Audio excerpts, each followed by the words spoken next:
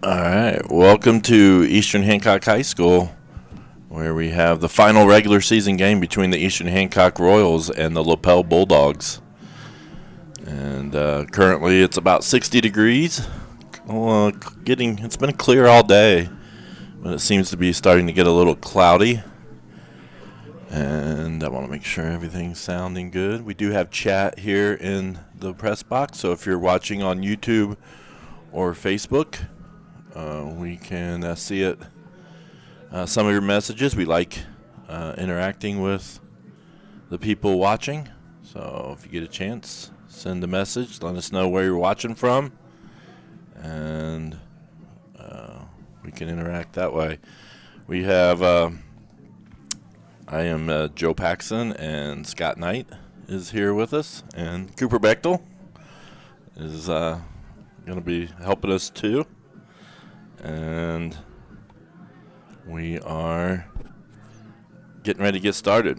Let's look at a few things pre-game. This is the final regular season. We're going to be moving into the sectional, and here's kind of those sectional teams so far. Northeastern had a really nice game, or a nice season this year. And sorry, I'm distracted by already having to block chat messages. Northeastern's had a really good year and 7-1, and maybe surprised a few people. And Heritage Christian as well, kind of expected to be one of the top teams in the sectional. And then this Lapel team, that's kind of the standings results this year. Looking at the bracket, which starts next week, we've got Ritter at Shenandoah and Heritage Christian visiting Northeastern. Winchester is going to be going to this Lapel team in Lapel, and the Royals will be traveling to Union County next week. We do have permission, we got approved by the IHSA to live stream that event at Union County. However, Union County's got a smaller than normal press box, probably the smallest one we've ever streamed from. So we're not sure how easy that's going to be to get that stream done, but we will give it a shot. Some players to watch tonight that I have here. I want to make sure. Man, the doors keep slamming in the press box. One freshman quarterback for the Royals, Elijah Eden, has kind of had a roller coaster season all year. He's had some really good games, and some games he's maybe looked like a freshman a little bit, but overall I think the coaches have to be pretty happy with his performance throughout the season. It's tough for a freshman to come in and compete at the varsity level. And I think he's done a nice job. And on the counterpart, I think we're going to see a freshman quarterback from Lapel as well. I think his Craig is his last name, Devin Craig. So we could see a battle of two freshman quarterbacks. Add in the wind, and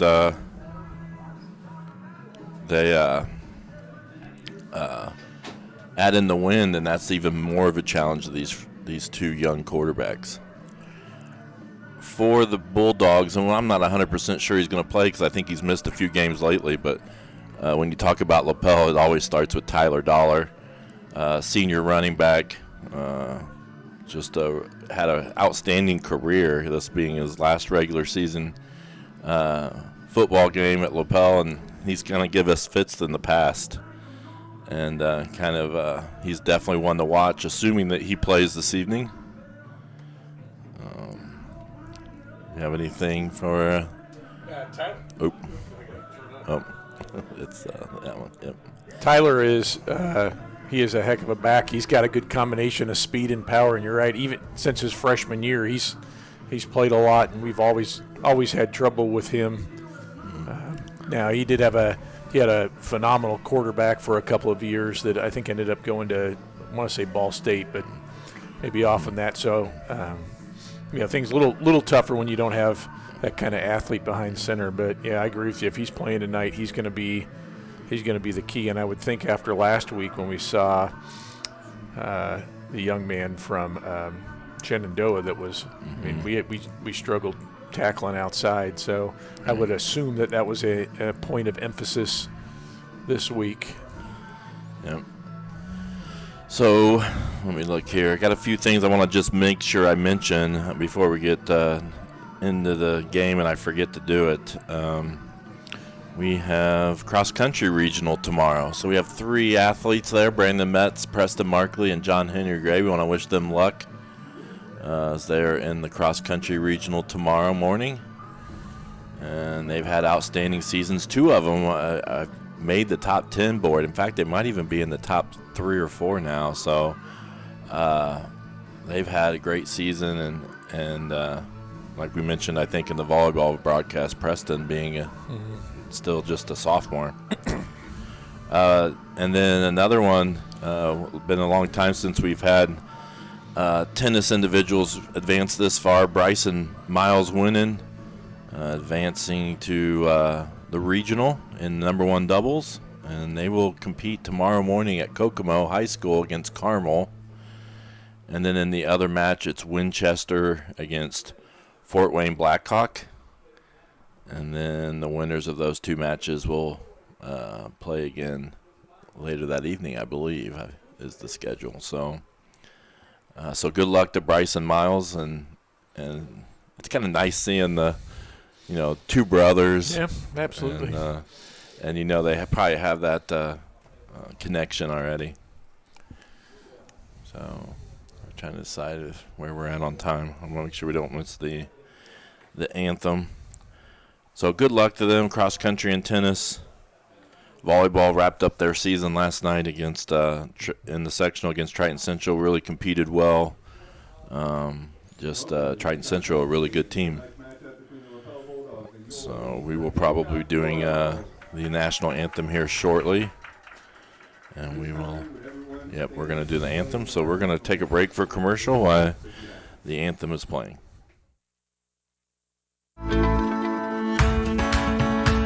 Nine Star is very focused on customer and member care, focused on making sure that however we communicate with the member and customer is how they want to communicate.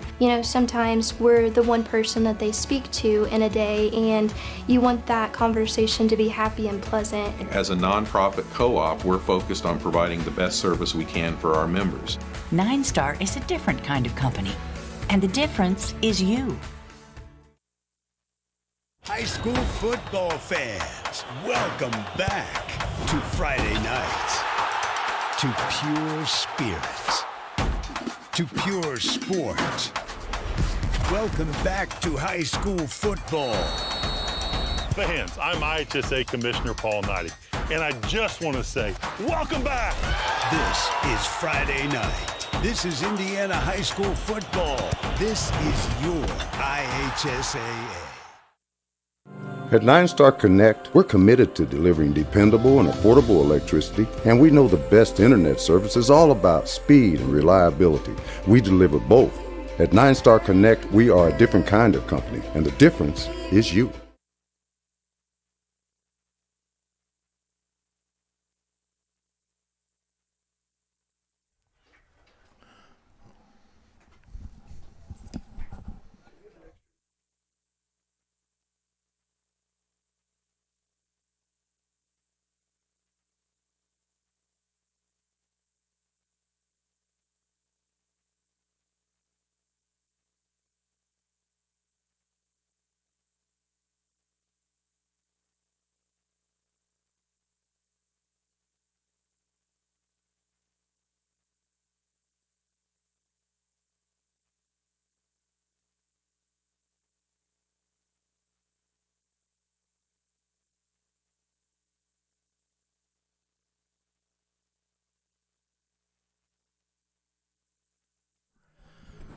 All right. We're getting ready to start here shortly. Let's look at the Royals' schedule. And I don't know why I'm choppy up here. Might be having a little bit of internet issues. I know hopefully that gets resolved here quickly.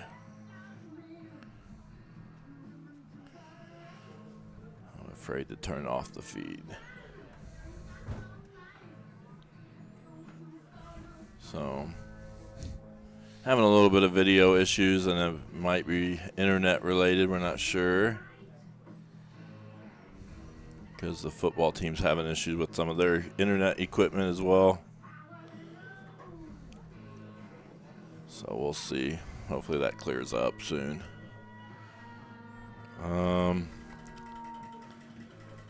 We did look at, I did some poll on Twitter, and here's some of the Week 9 matchups. You got Westdale and North Decatur. Some of our fans kind of picked North Decatur here. Says, I think we have audio. Someone just asked about audio. And then Monroe Central and Shenandoah. Our fans picked Monroe Central in that matchup. Delta, New Palestine. New Pal. We're going to try to keep track of some of these scores as the night goes on. See how the teams are doing. Our fans chose Mount Vernon over Yorktown. And Greenfield Central against Newcastle. And our fans chose Eastern Hancock over Lapel. Surprising. So, I like the support there. So, I know they're going to give it all here, so we'll see. Coaches here, we got Coach Pat Echeverria for the Royals, and for the Bulldogs is Coach Tim Miller.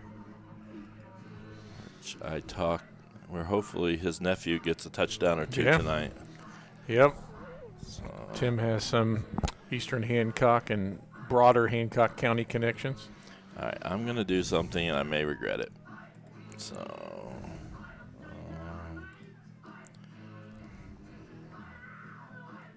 all right. It actually did work. So, if we have had some internet issues, usually each game we have some issues. Just stick with us, and we will hopefully come back shortly. Yeah, sometimes we're audio only. Yeah, we've had that a couple times once. And you may have to refresh it too if you lose a feed. I think we had, how long were we out last week? Oh, 5-10 minutes, something. Yeah. So that kind of leads in. We are streaming on YouTube, Facebook, Twitter, and IHSA TV. So if you can't find us at one, maybe try a different one.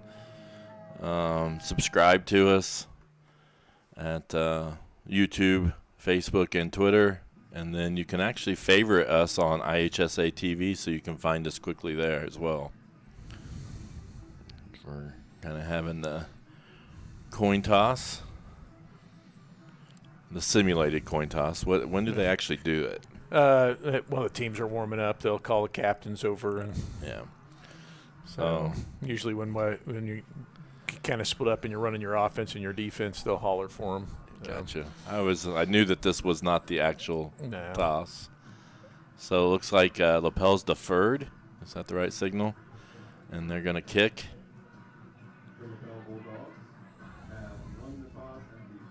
So they deferred to the second half, which seems to be the popular thing to do. I've always thought in the NFL, being at a lot of Colts games, if you're the away team, you always definitely want to defer, because I see it in the stands when I've been at Colts games.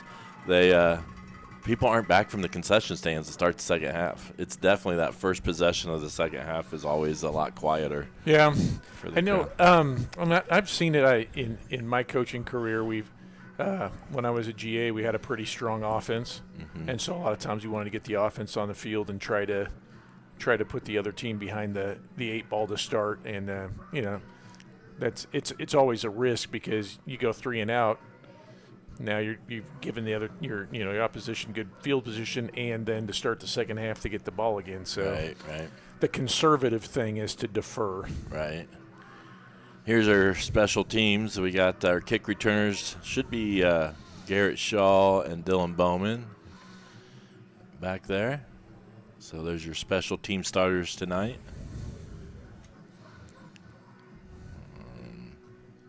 We're going to get started here shortly. Hopefully, if you could let us know in the chat. We had one person say they couldn't hear us, so I want to make sure that we're not talking to ourselves. So if you can hear us, you can chat with us on Facebook. or Twitter. I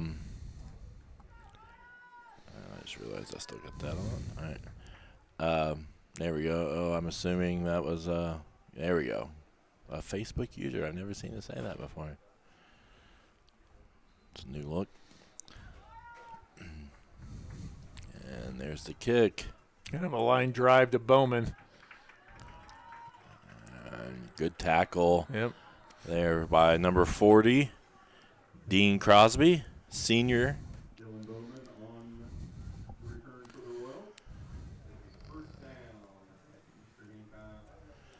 So we've got hopefully the clock and everything is working. As it gets late in the season, our scoreboard usually works better. So.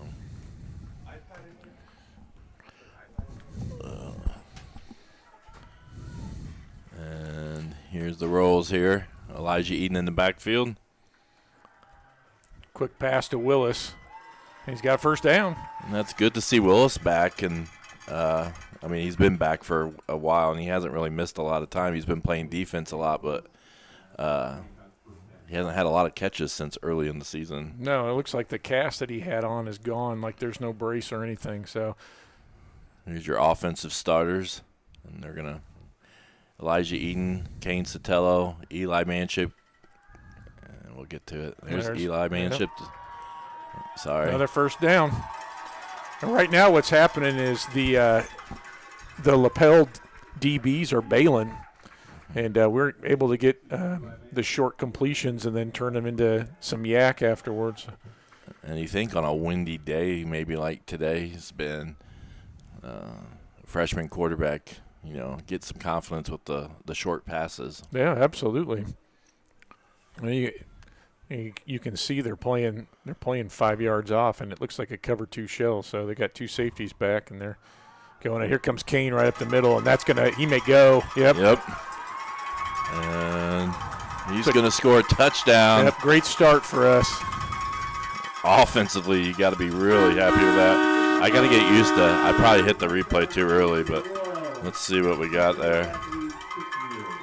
Well, you can see the safety rolling with the motion, and it clears out the middle of the field. So all he has to do is get by a linebacker. It's a missed tackle. We missed a block from one of the receivers, but you're not going to stop. You're not going to stop Kane with an arm tackle.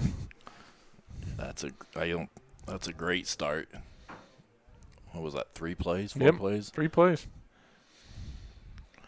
And Redmond to try to tack on an extra point.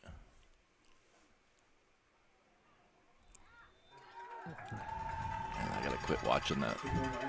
Got to quit watching this screen. Yeah. Let's give this 2 seconds delayed. Done that at too. least 7-8 seconds delayed. So 1 minute gone. Royals up 7-0. And yeah, that's pretty impressive start for the offense. And now let's see what the defense can do.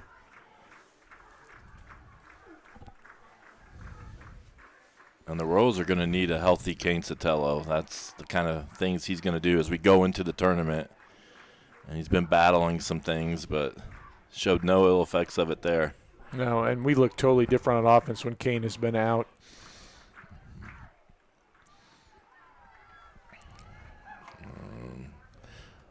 Here's our kickoff team. Redmond, our kicker. And what wind there is blowing from our sideline towards the interstate. So we'll see if that affects Aaron at all or any of the throws that would go downfield. Yeah, it's kind of a cross, so they're not really throwing. Yeah. They're not throwing it like against it or with it. Yeah, you just got to be careful of which way you're throwing your deep balls. I'm assuming that's the way you would prefer if it's going to be windy. You want to go across the field. Yeah, you can adjust to that. I mean, you can adjust to it if you're going head into it too. Just change up some of what you're going to do. But it may, like with these kicks, and if we get punts to field, if it gets up in the air, we may see it drift a little bit. Kind of a quick catch, and that was Landon Brown. Looked like just basically I mean, he could have just fair caught him down the ball on the 40, so I think they're going to call it the 39 rather than try to return with no blocking, really. So I can't see who's back at quarterback there. Can you say? Until he turns. It looks like it's the – I'm going to say, I think that's the freshman. Yeah. Yep, double. It is caught by 7. Oh, no, out of bounds. Yeah, yep, and they said I think he slid there and it was kind of squirting out. So. And Dollar is back there in the running back position. So Devin Craig, the freshman, so we have a battle of 2 freshman quarterbacks. And both teams, their main running backs playing as well.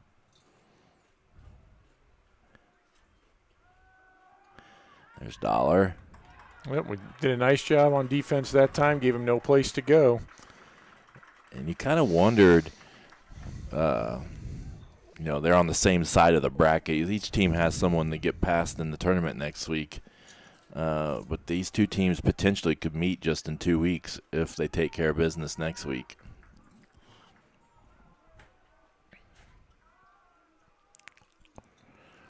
There's Third Craig. and long, yep. Craig's going to hit in the flats. Nice catch. And it's going to be short, though. Yeah, it's only going to amount to about 3 or 4 yards. And that was caught by number 10, Jennings. And I'm going to try it again. Let's see if this fixes our blurry. Nope. It's going to be 4th and 6 for the Bulldogs. We got Bowman back to receive the punt.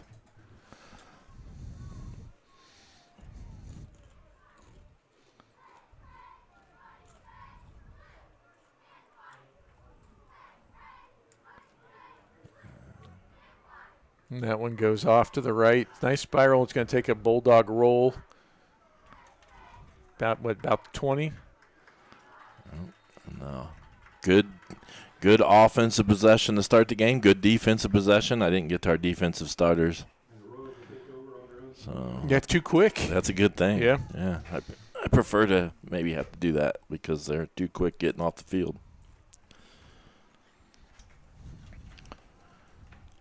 And I don't think we got through all of our offensive starters. So we've got tight end Caden Rubel on the line, Ethan Carter, Logan Hoskins, Jacob Wickard, Tyler Fields, and Graham Hicks. I believe that's the same starting group as last week on offense. Yeah, it sounds right. There's Rubel. They just ran a little stick route. It's another little short route. They're giving us a big cushion there. We turn it into a first down. Well, I'm afraid to hit replays just because I know it messes up our camera. But and you see the big hole right there in the middle. Linebacker went out with Eli Manship. yeah, the picture seems to get glitchy after I do a replay. There's Sotelo. Yeah, they did a better job there. And there was a hole, but not the direction Kane was starting.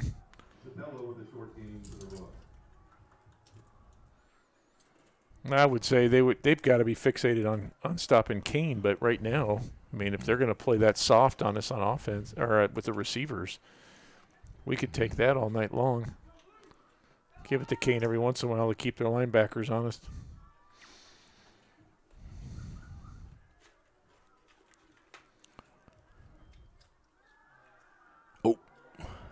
Oh, Elijah gets away. And he's going to get a first down. Oh, and a flag to add. Yep. Yeah, So- that was a late hit. And kind of low, too. Did a nice job avoiding the pressure, getting away from it.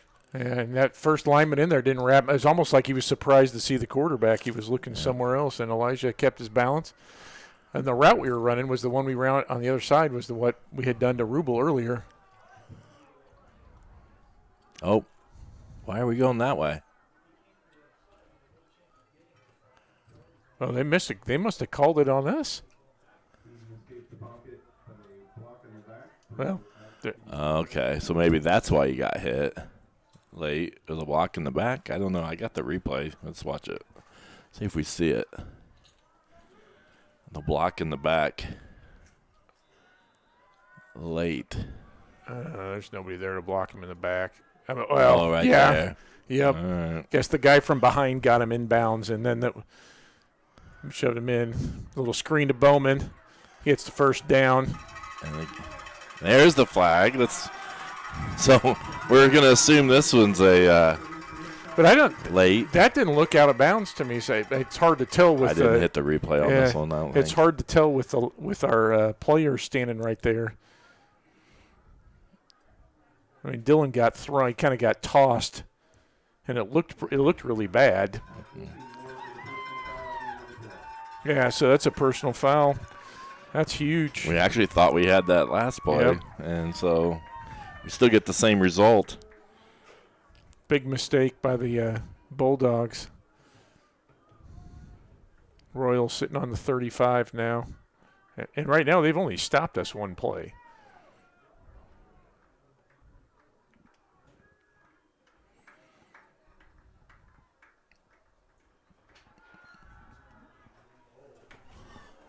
Overthrown Bowman. And that was a little better coverage. Had the pass been shorter, Bowman did have position, but the DB was there on his hip. I don't know my scoreboards. Yeah. I'll be messing with that for a minute. Now it's going to be second down. We got trips to our left. And there's Kane. He's going to bounce it outside. And there he goes. Got one guy to beat, and it's actually a nice job. I think that was Brown. He did a nice job getting at Kane's legs, forcing him out of bounds. Oh, first and goal from the – all right, sorry, first and 10 from the 15.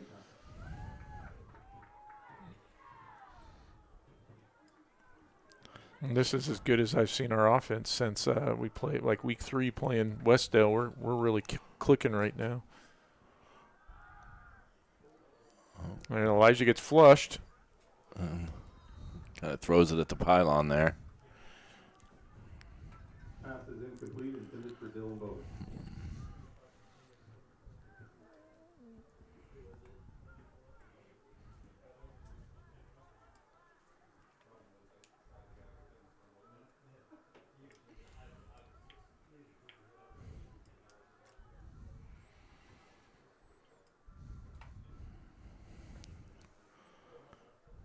Now second down coming up. Manship lining in tight like an H-back. Rubel's going in motion. And it's just a toss to Kane. And he cuts it back against the grain, and he's going to score again. At the replay. Yeah, and they actually defended the initial play well. And Kane did a really good job with his cutback, seeing the hole. You can see they adjusted defensively. They were up there to stop him. But nobody stayed home on the backside. Kane took advantage of it. That's twice for him. I think that's his 13th touchdown on the season. Yeah, not too shabby. And this is only a year he's really played running back. So, I mean, since middle school. 2-point conversion. Yep, and that's Tincher. Got it. Nice. I like that strategy there. Get him chasing. Remember, that's what in 2013 we did that a lot. Get him chasing points. Yep. Don't let him just kick extra points. Takes a lot of discipline as a coach to not feel like you have to go for it when you score now. Yeah. And I'm still going to be messing with some stuff here. So I don't think the Eastern Hancock coaches could ask for anything better of a start. 2 really good, long, nice drives by the offense, and with big plays. Not very many plays that didn't gain much, and then getting a 3 and out on the defensive side of the ball. Yep, we had We had one run stop for no gain, and we had one incomplete pass, and everything else has been positive, and quite a few of them have been 10 or more yards on a play. So they're rolling right now.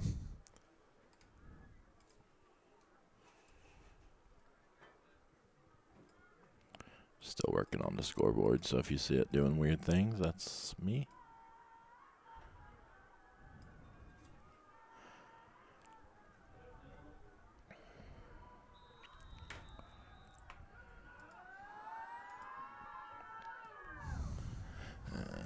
Nice kick all the way back to the 10 by Redmond. Yeah, no blocking for him either. Wow, what a tackle.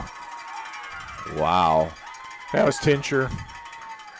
So nice kickoff by Redmond and great tackle there by Tincher. And now the Bulldogs starting in from their 20-yard line, which is kind of rare in high school football, it seems like.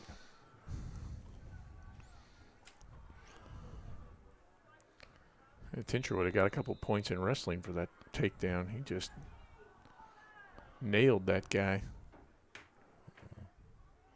Craig hands off the dollar. There's nowhere to go. Loss. There were 2 or 3 of our linemen on the other side of their line by the time Dollar got the ball.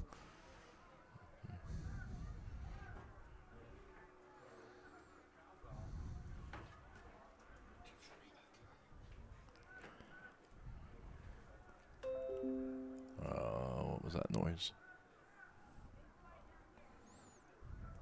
We got an email. I think it was was that on the outside? I couldn't tell. I think it was. Craig the throw. And it is caught. And just still going to be short. Yep, that was Shaw and Trueblood on the tackle. And Colin Jennings with the catch.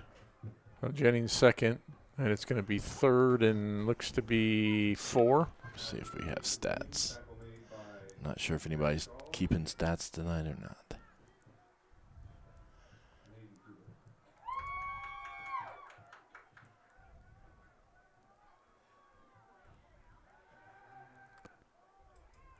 Now that slant's good. That's Nick Whitty. And it was Sean Trueblood on the tackle again. But that's going to be good for a first down for the Bulldogs.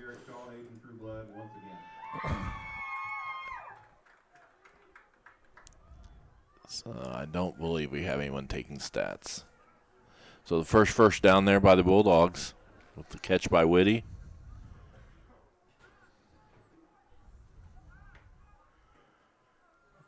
It seems like we've been playing forever, but it's been long, but it's all just halfway through the first quarter. Yep. There was some messed up timing, and there's a bunch of Royals there. Ethan Sipes got held. They're not going to call it. Oh, split up. Yeah, the refs missed that. Ethan Sipes, number 3, the outside linebackers, get in there and got grabbed. They didn't see it that way, so it's going to be 2nd and 6. The timing on that jet sweep was really – he had to wait. Yeah, that was not good. Kind of gives it away when the person doesn't run at full speed. Yeah. Like –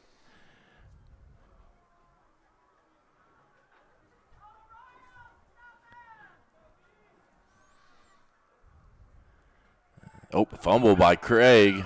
It's almost like he wanted to hand it to Dollar, but Dollar didn't want it. And he nearly gets a first down out of it. Yeah, it's going to be close on where they spotted it, but think they've got him a couple yards short. Looking over the far sideline. Yeah, it's hard to see where they actually go out. But, yeah, it's almost like he went to hand it off and Dollar knocked it out of his hands, or Craig thought he was handing it to Dollar and Dollar didn't take it. Yeah. Again, if you got a basically a rookie quarterback. See Alexander over there on crutches, so just timing changes when you've got a new quarterback, especially without very much experience. And nice. We're going to stop him. What a great tackle there by the defense. Tincher in on it, and I think that Trueblood again. Yep. Or no, it's Hoskins, 54. Yep. Oh, he actually dropped him for a loss. So this would be a huge stop here. Turnover on downs here by the Royals would be big momentum for the Royals. Right, and they really need to go. I mean, they're going for it, but I don't think it's really a question. They're basically at midfield, and they have not even come close to stopping us on offense. Pass is going to be off by Craig, and it's going to be a turnover on downs, and the Royals stop them again.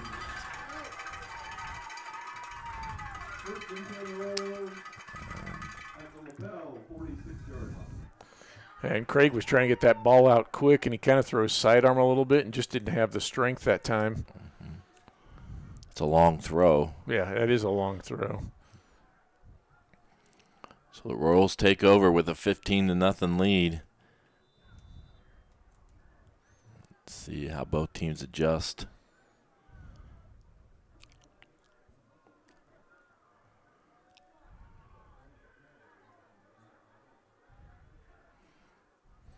There's going to be a lead for Kane over on the left, and here he goes again. Cow.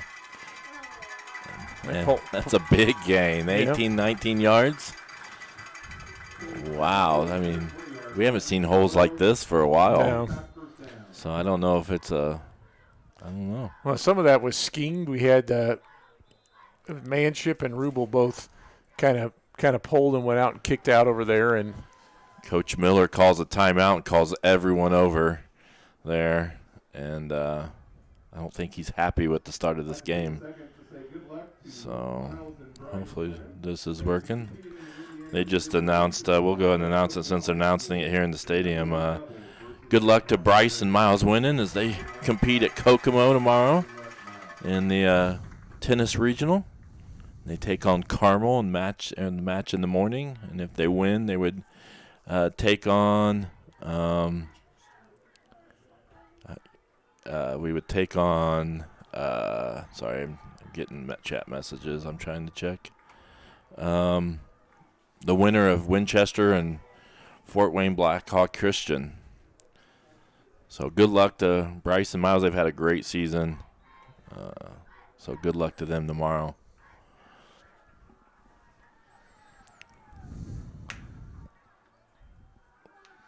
There's Rubel coming in on a little screen. He's going to try to go across, breaks one tackle, and then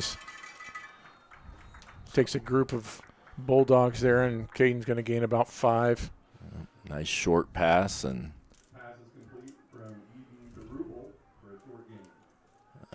Rubel did a nice job getting up because that was all yards after the catch pretty much.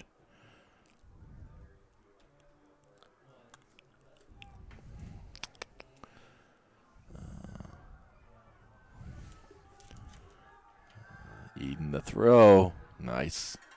That's Willis. Yep, he's got it.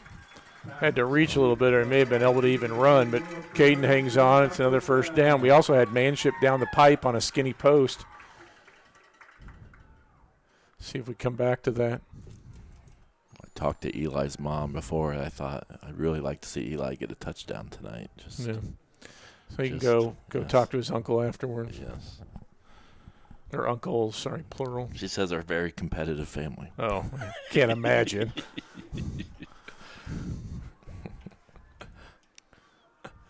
Anybody who remembers the Miller family at Mount Vernon in the early 90s? Yeah. I guess probably throughout the 90s. Yeah. Tim, I believe, is mid-90s, I believe.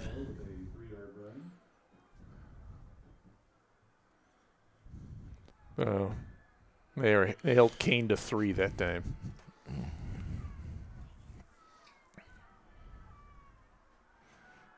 Eden's gonna be ducks and gets away again. They're gonna grabbed by the. Nope, they didn't call it a horse collar because they let go. And I will say, sometimes it looks like a horse collar, but you got to be, I believe, down inside the pads, not the jersey. Yeah. And so it did go down in that. He went down in the way that it looks like. Yep. I think they got the jersey. We're going to have Eden comes out. Kane's lined up as quarterback. We'll see some sort of draw. And this may be setting up something for next week as well, or for 2 weeks. Oh, Kane drops it. Yeah, he's still going to make it. Wow. So right now he can't do anything wrong. He literally dropped the snap and just picked it up and ran it in. It's all part of the plan. Yep. Just the way we drew it up. And I'm not gonna lie, I'm a little shocked at how well we've played here. And now you never know what. And both teams are probably not showing everything tonight. No, we had this a couple times in the past where we would have Knightstown week 9 and then turn around and play them in the first round of the sectional. And for those years we had Knightstown and Shenandoah, we would always, you always had a chance. So you want to win the game. You don't ever want to go and not trying, but you're definitely not going to go into your bag of tricks. Right. There may be a play action that you don't run. And well, let's get a commercial in real quick. So you're watching Eastern Hancock football on the EH Sports Network. We are really heavily. When moving into a new home, we ask ourselves questions like, who is the best internet provider in town? Well, have you considered locally owned 9-Star Connect? We've become the fastest, most reliable, and dedicated fiber-to-the-home internet company in central Indiana. Our internet packages have been modified, and we are changing speeds at a more competitive price. So give us a look. Visit us at 9starconnect.com. 9-Star is...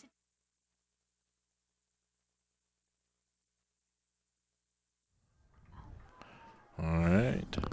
Royals jump out to a 22-0 lead here in the first quarter. Still 2.5 minutes left. Yes, that's a lot of us ball control and clock stopping at times, and I mean Lapel's run less than 10 plays. Mm-hmm. I mean,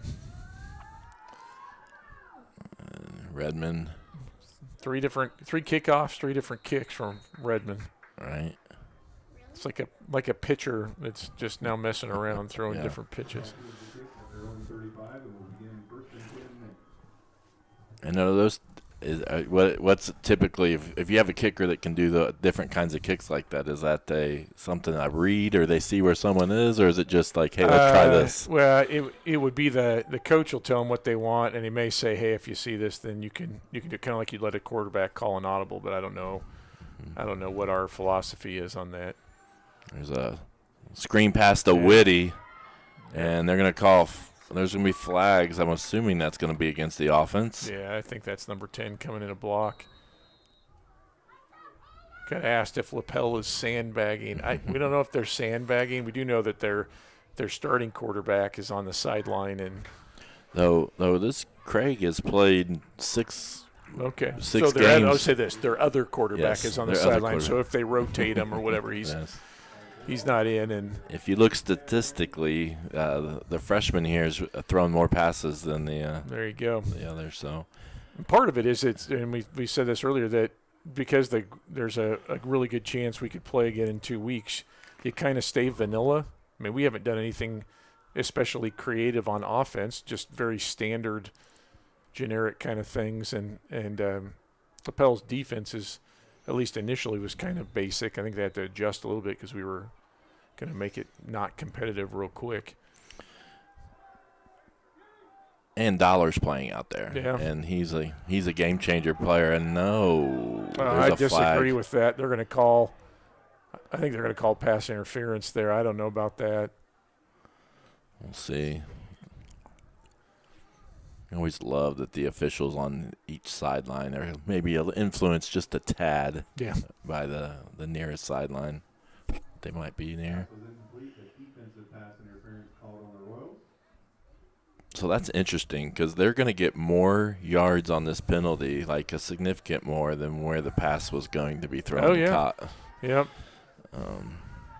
So that was about a 10-yard, maybe 8 to 10-yard pass. They get 15 off it, and it's still first down. 1st and 5. So we've seen it twice now where we've traded penalties. It is first and about 5. Yeah.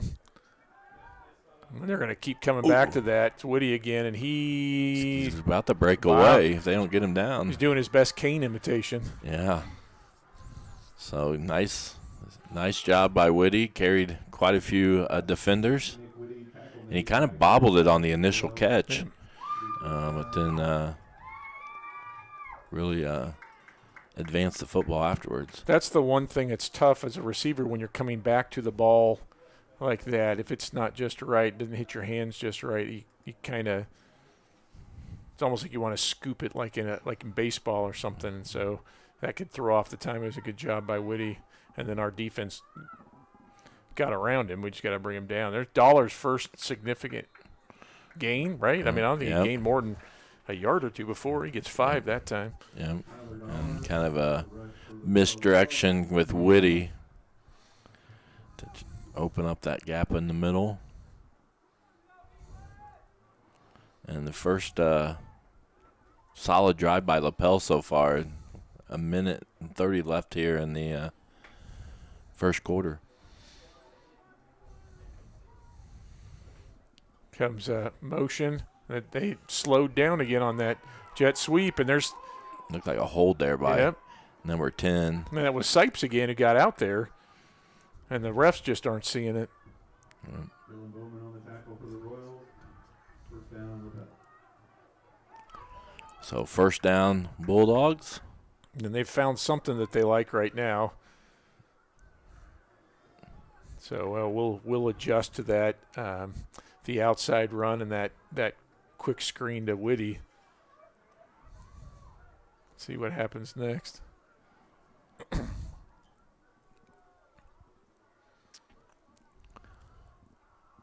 Pistol formation, right? Yep. Look at me. All day for Craig to throw. He still can't find anybody. He's got Dollar. He doesn't want to throw it to him. And Dollar was standing there. Oh! Yeah, nearly intercepted. That was not – well, again, we got freshmen.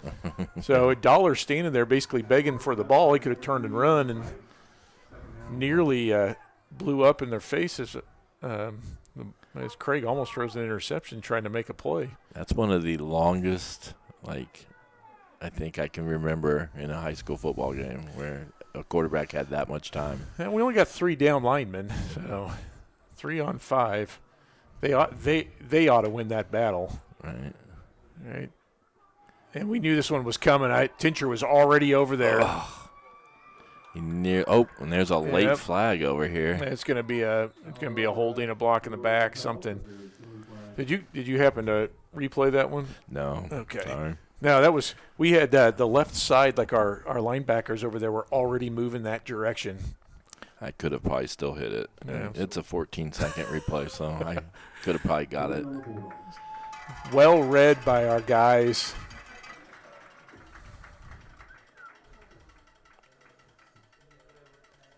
When Tincher nearly got Dollar for a 3 or 4 yard loss as it was. Well, the way things are going, after one team gets a big penalty, the other one's usually answered, so let's stay clean this time.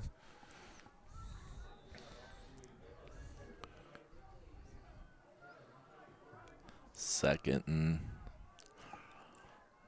they don't have it up, but yeah, it looks to be about 20-ish.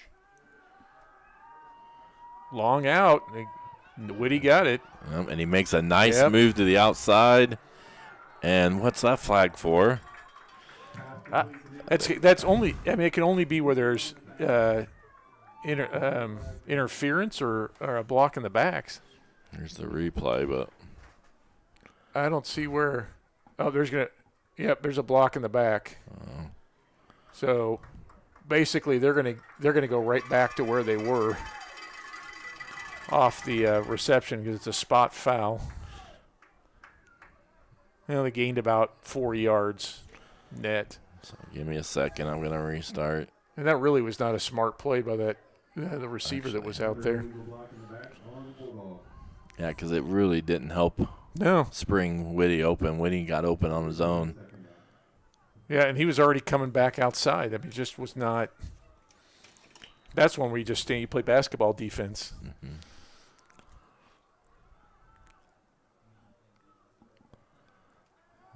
Craig.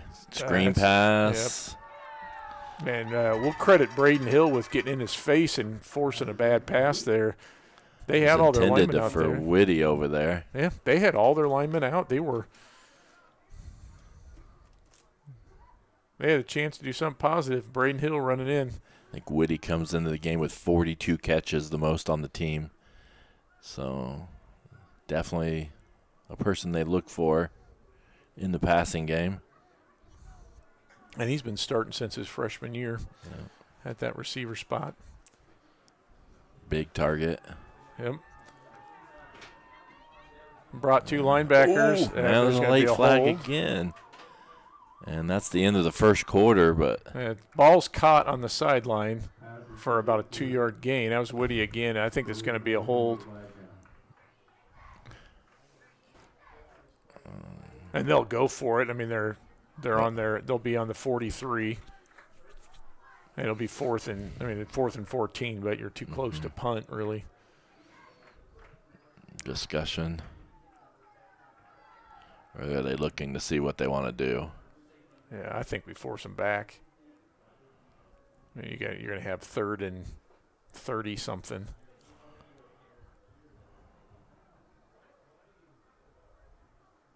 And right now the Bulldogs playing really undisciplined.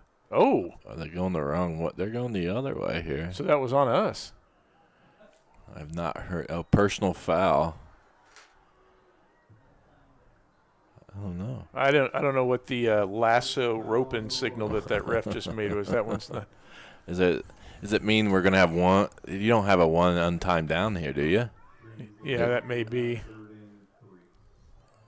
In the end of a quarter? You can't end on a quarter, on a defensive though? penalty. Yeah, I don't think so. I think it's just halves, I've always thought, but. Well.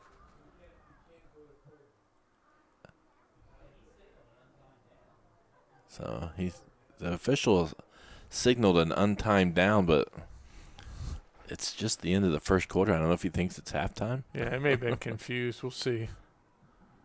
And I think Coach Etch is out there trying to get an explanation. Personal foul. Yeah. No, it's 3rd and 3 then. I did not see the personal foul. I don't know what we would have had to do on that. Coach Etch is getting an explanation here on the sideline, but so we have an untimed down here to end the first quarter. And they're saying it's 2nd down. Is it really? It was just 3rd. Yeah, I think that's wrong too. That can't be right. No. And a screen to Whitty, and he's going to get the first down. And that was a good tackle by Shaw. And Tincher was there too, I believe. It's a weird sequence there at the end of the quarter. Yes, and some calls that have been, I don't know if it's been favored anyway, but it's not. We've been wrong. What we think we've seen has not been what's actually been called. Strange. So, all right, we're going to take a quick commercial break here. You're watching Eastern Hancock football on the High EH school Sports. football fans, welcome back to Friday nights, to pure spirits, to pure sports. Welcome back to high school football. Fans, I'm IHSA Commissioner Paul Knighty, and I just want to say, welcome back! This is Friday night. This is Indiana high school football. This is your IHSAA.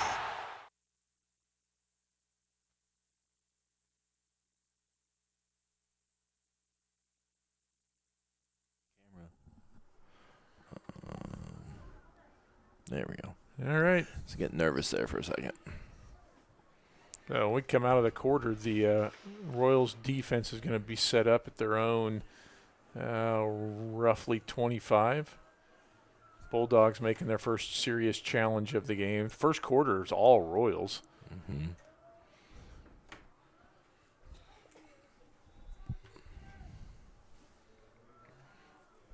I don't like going this way. That press box does not let me see this direction. Oh, there's one of the bigger holes the Bulldogs have had. Yep, but there's a gang of Royals there. Hey, a court? You have a court of Royals?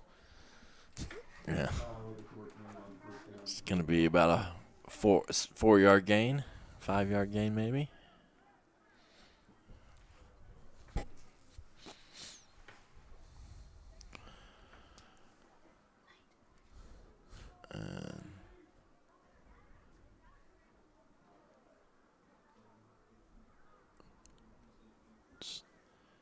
Oh, they got some of their offense stuff figured out a little bit. We got to adjust to that, but they have got to do some major work on defense because the Royals are rolling. There's going to be a timeout. You hate that 2 plays into the quarter, you got to call a timeout. Yeah, that's the second timeout used by the Bulldogs. Yeah. So, do want to mention, we already mentioned about the Winning Brothers playing tomorrow. We also have the cross-country regional. And Brandon Metz, Preston Markley, and John Henry Gray will be competing in that tomorrow. So good luck to them. And cross-country team has had a really good season and some good individual and team performances. Yeah, I think I read that we just got edged out even to have the whole team qualify for the regional. So, right. And I think they've won more invitationals than they've ever won in a season this year. So. Congratulations on a great season, and then it continues tomorrow in the regional. Good luck, boys. We do have trivia today and a Stump Coach Night question. I even have stuff to add to the trivia. Wow. Which, by the way, who's our 3 touchdowns? Sotelo. Okay. Deep throw, and yeah, it's way out. Yeah. It was well covered, and Bowman was – had better position, I think, than the receiver. Yep. We actually had 2 guys out there. So I think that was a throw it to Whitty play. That was not, you'd hope that wasn't red because that was covered from the beginning. It was going to be 3rd and 6-ish. You would expect him to go for it. The Royals got to stay tough for 2 downs.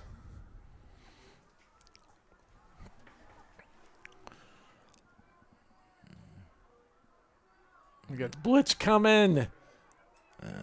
Craig gets away. And it's a nice catch.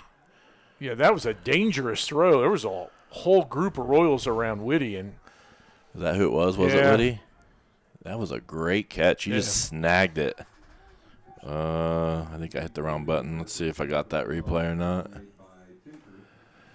But he just kind of snagged it in a crowd. Yeah, I mean, there's 3 guys standing there. That was very fortunate for the Bulldogs. Good play from Whitty. Yeah, we've seen both freshman quarterbacks escape the rush and make some plays.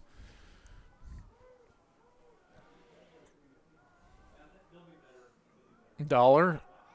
He's gonna get within a couple yards. Yep. That's going to be 2nd down from, I think, the 4. He finally found a little running room this time, but still no more than 4 or 5 yards at a time. 2nd and 3. And that's going to be a touchdown. Yeah, and that looked very much like what we did with Keene on our first one. He just went right up the middle, and we didn't have anybody there. Yep. And I've been kind of surprised at how they haven't used Dollar as much, but the one I anticipated. But this drive they did. And here they go, chasing the points. And I don't know what their kicking strategy normally is, but the offense is out on the field.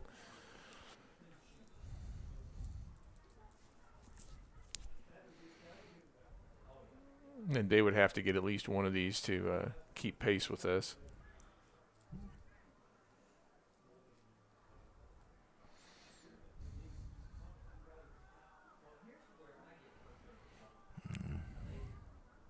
Craig, he's going to – oh, yeah, he's open.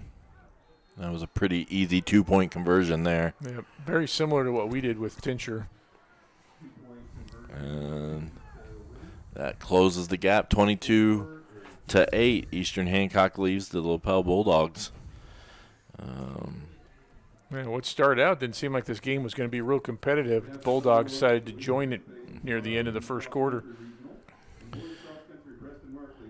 We're going to look at kind of the Royals' schedule this year. Lost 3 in a row. 2 kind of heartbreakers there with Milan in overtime, a 2-point conversion late. And then at Monroe Central, that was just a shootout. Neither team could stop each other late. And then last week, Shenandoah just kind of got on top of us, and nothing seemed to go right for us last week. And Shenandoah played really, really well. The Bulldogs season, they've won 2 of their last 3. Their one loss was to Heritage Christian by 4. And so that's been their season. Pretty good overall for the Bulldogs as well.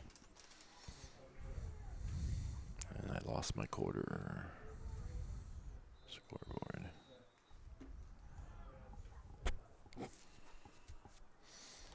It's going to be Bowman on the return again. He's got a head of steam. Breaks a couple tackles. And gets all the way out to about 38, 39. It looks like there's a penalty there, and I've been wrong too many times. That looks like somebody went in head first to hit him as he was going down, but I didn't think there was contact made, so we'll see. I didn't think it was strong enough to warrant anything, but we have not been very good at guessing these. And it is going to be on the Bulldogs. I didn't see a signal. Well, I looked away from the signal. So. It was just 5 yards, so. That may have been a face mask. Add an additional 5 yards for a face mask penalty on the Bulldogs. First down and 10.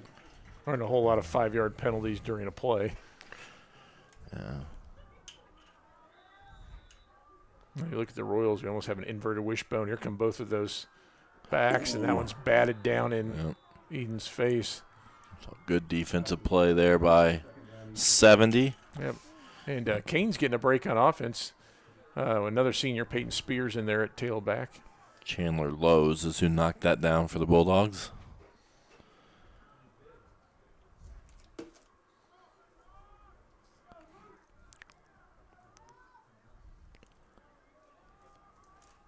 So Eden throws to Redmond. And he picks up just going to be short of the first down. Yeah, Redmond nearly got away. It's going to be about 1.5 yards, 2 yards short. Oh, maybe 3. Like it's definitely not 1.5 yards. Yeah, I was way off with my 1.5 yards. Yeah, I'd call it 2. Ooh, and there's going to be a offsides penalty. You got a good look at that right there. Yep, right down the line. Yep. That was well done. First down the easy way. We do have over 140 people watching just on YouTube and Facebook, so appreciate all of our viewers. You do get the highest quality video on YouTube, by the way. It's if you set it to 1080. If that makes sense to you. Eden. He bobbled it, and that's scary because the defender was coming up, and now there's a late flag for something extracurricular. We had a couple of linemen going at it, and it looked like one of the Lapel guys got mad at one of our kids. So we'll see. We'll see what they how they call this. It's oftentimes the second guy who gets caught. Or do you just give it to both? Well, if you don't see the first guy, you can't assume. That's the thing. So it may have been a perceived slight something, but see what the signal is. Still discussing. Looks like they're staying where they're put. Personal foul on us. Oh, they are going to call it. So there was another flag back in the defensive backfield. I saw the ref pick it up and come, so he must have seen the other part of that.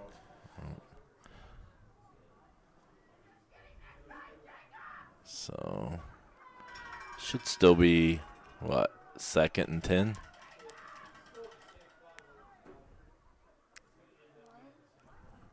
Yeah, just everything resets. Yep. Well, yeah, and it will be second down because that was at post play. So it kind of took away from the fact we had an open receiver, juggled the ball, and the Bulldog defender was coming. I think you said looked like maybe get intercepted or something. So we actually very fortunate. There's Redmond again, same play. They're playing. Their corners are playing a lot tighter now than they were earlier, I think. Yep. We still just took 5 yards from them though. Sotelo comes in. Spear comes out. The running back position.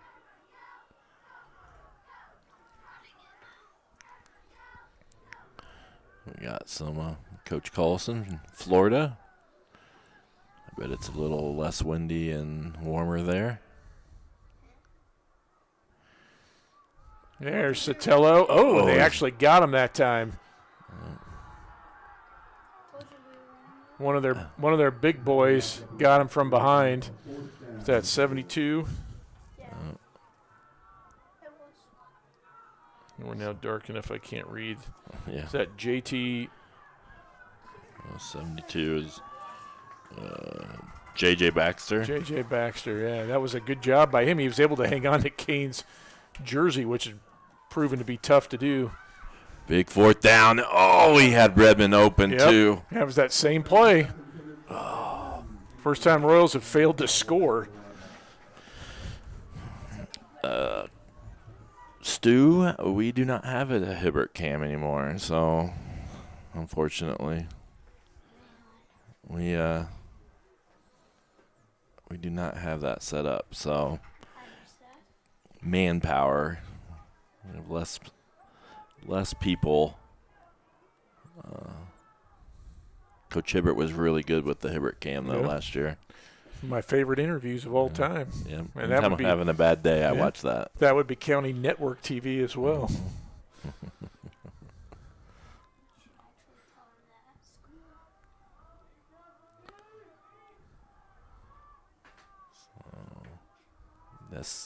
Each team has had a turnover on downs now. Yep. Oh, there's Dollar. Yeah, and we had a guy in position and did not wrap up at all. Nice spin move by Dollar. Got away and good 8-yard pickup.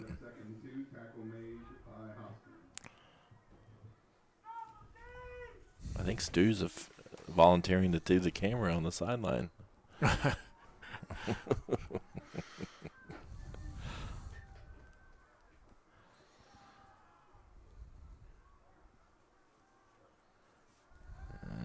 Craig the throw. He's going deep. Oh, good defense there. Whitty had his hands on it. Yeah, with all the catches he's made tonight, you'd think that would have been automatic for him. And I don't know who that safety was. Was that Shaw coming up? Shaw coming over, yeah. You thought he might have a chance, but then Whitty's just so tall and athletic. It was going to be tough for yeah, I thought Garrett timed it up pretty well. Yeah, once it hit off Whitty's hands, Garrett took care of it. But it was 3rd and 2.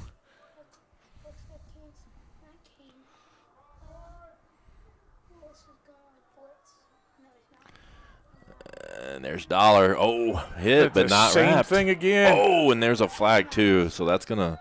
We don't know. I'm not gonna guess. No, I mean it's in the place you would think it was an offensive penalty, but that was well after Dollar was passed too. That was not a good job by the Bulldogs at all. Dollar's got a little limp to him. I know he's been banged up a little bit. And you wondered if he was even gonna play potentially, but. Yeah, he looks a little gimpy. An ankle or a knee or something. Yeah, they wasted that run. I mean, that's twice they've had penalties that were completely unnecessary from where the runner was. But we've got to do a better job with that initial hit on him. We're just hitting. We're not wrapping up. And Craig the throw. He's rushed. And it was deflected a couple times. Yep. We brought at least 2, maybe 3 guys that time. Forced them out of the pocket, and they're going to punt. So the first punt of the game, I believe, for either team. No, they punted once. Did they? Yeah, they punted, I think, their first drive. Oh, you're right. Yeah. Yeah, we had a 3 and out. You're right. So wind's still gusting pretty good. We'll see if it does anything with it. But by the way, I haven't done defensive starters, so eventually I would like to do that. the guy's in blue right now. Who's back? Is it Bowman? Yeah, Bowman. He's going to take a Bulldog bounce and make it to, looks to be like the 16, 17. So last time we were down there, we took it all the way in. So let's see if we can get our mojo back. Let's see here. We are on YouTube and Facebook and Twitter and IHSA TV tonight. So make sure you subscribe to us on YouTube. I think we're only like about 30% of the people that watch us on YouTube are actually subscribed. Man. So it doesn't cost anything, and you just get alerted and know every time we have an event. Yeah, and it makes us look even better. Oh, they got a stop that time. No gain, I think. That was Spear. And if you subscribe on YouTube also, I mean, we're hoping that we get the camera in the gym working and we'll be able to stream more events in the high school gym, and those will all be on YouTube. Non-varsity events even. Ooh, a rush right up the middle. Oh, picked up. It was a good block from Rubel. Eli Manship breaks a tackle, and I think he's going to have a first down. So who picked up the blitz there? I didn't see who picked up the blitz. That may have been Peyton's in the backfield. Caden's block out here. This was well covered, and Caden got a good block to spring Eli, and then he breaks a tackle. Throws a big shoulder. He may have flexed at his uncle. I don't know. When I talk to him next week, that's how the story is going to go. It's a deep throw, and Willis isn't even looking for it. No, and actually Willis is lucky he didn't get called for offensive pass interference because he shoved number 5. So sorry. That's what happens when I replay and we lose. So give me a second. 1, 2, 3. And yeah, we had the wheel route going. I don't know that it had been completed, but you're right. Willis never turned his head to look for it. And for a minute, I was thinking it was Lapel on offense, the way their DB went after that. 2nd and 10. Trips to our sideline. Spear. He swallowed up there. Gets to the hole, but we were not able to hold the block, or they slid off.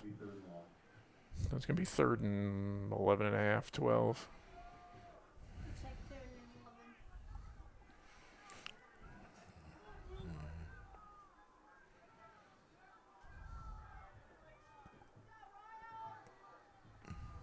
So big play here. Don't want to punt here. There's a blitz. Eaton, he almost squirted out the front again. It's going to be right at the line of scrimmage. Yep. So the Royals' hot offense cooled off just a little bit in the second quarter. You can get back to the line of scrimmage. It'll be 4th and long for the Royals. Redmond will punt. And this is going to give the Bulldogs their first chance at decent field position, if they field it.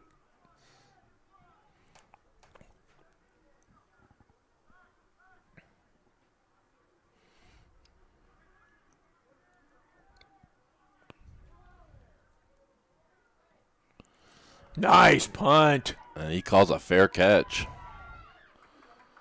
All the way back to the 37. That was a great kick. That's yeah.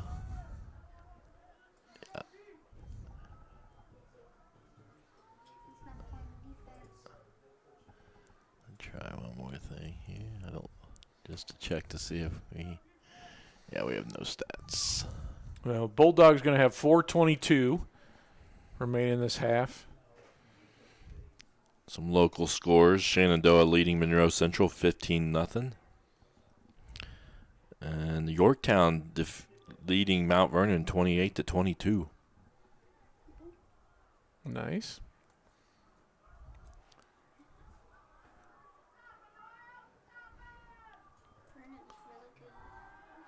That deep throw. Willis is there, but Actually, Willis stopped too soon. Yes. Lapel receiver did not stop soon enough. Ball falls in between them. Willis was in good position. He just misjudged where it was going.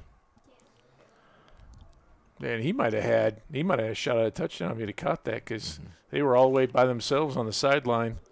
He might have had to beat the quarterback. And the wind is still blowing across. So any throws toward us, this side of the field, is somewhat against the wind. Play action. Woody again on the sideline. And they're calling him out of bounds. Yep. It was a good catch. We just couldn't see. He's trying to show where he drug his feet in the dirt, but we don't have instant replay for the officials. And we couldn't tell from here. No. Either. I'm not sure even on their sideline how much they'd have been able to tell us it was right in front of them. He had a royal on his back regardless.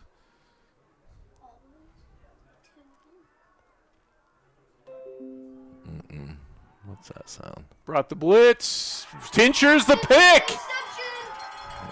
Right at the 50. Great job. Braden Tincher undercut that route. I missed it. It's a good job. You see Braden dropping underneath right there. He just undercut the route. Not a great read by Craig.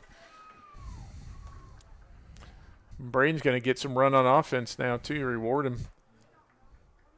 Unless he has to block, then maybe it's not a reward. I don't know. Maybe that can turn the momentum here and get the Rolls, 4 minutes left until halftime. Yeah, we got plenty of time to score. There's Kane. Although they've really adjusted to that well. He's not having near the holes that he did early on. And I'll tell you, one of the things, that defensive play, we've been blitzing on obvious passing downs, and it's forcing Craig to speed up what he wants to do. I'm not sure if we did it on that one or not, but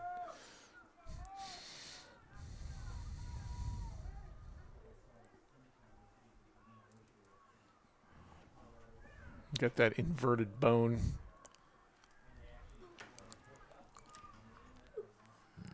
Got Rubel, but he's going deep to Redmond.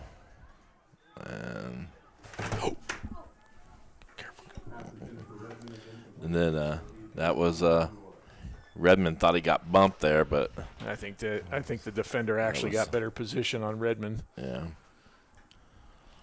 And then we went for the post. It had Caden in the flats. I didn't see Tincher on the other side. I was watching the route come towards us.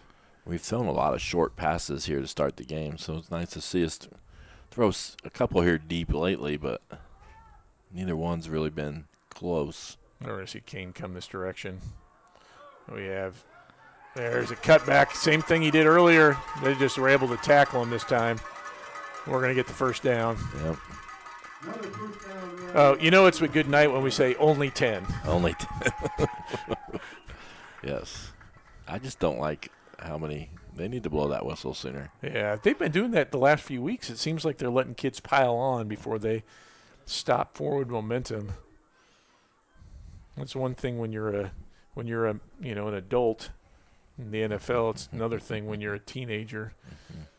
You don't want anybody getting hurt in a pile.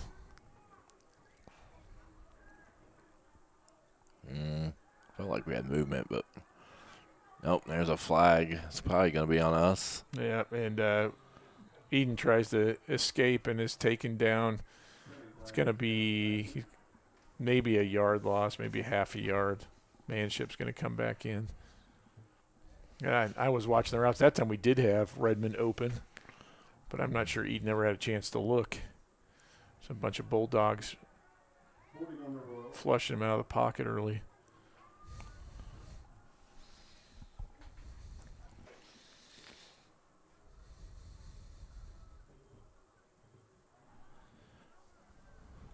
Don't think we have anything. Oh, we do have marching band will be performing at halftime.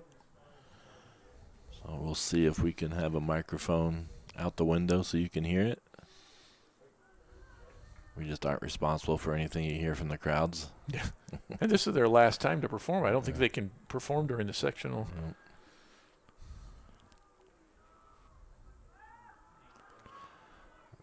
Sotelo going to pick up maybe one. Seemed like more than that. Yeah. Had to wiggle through some traffic to get that one.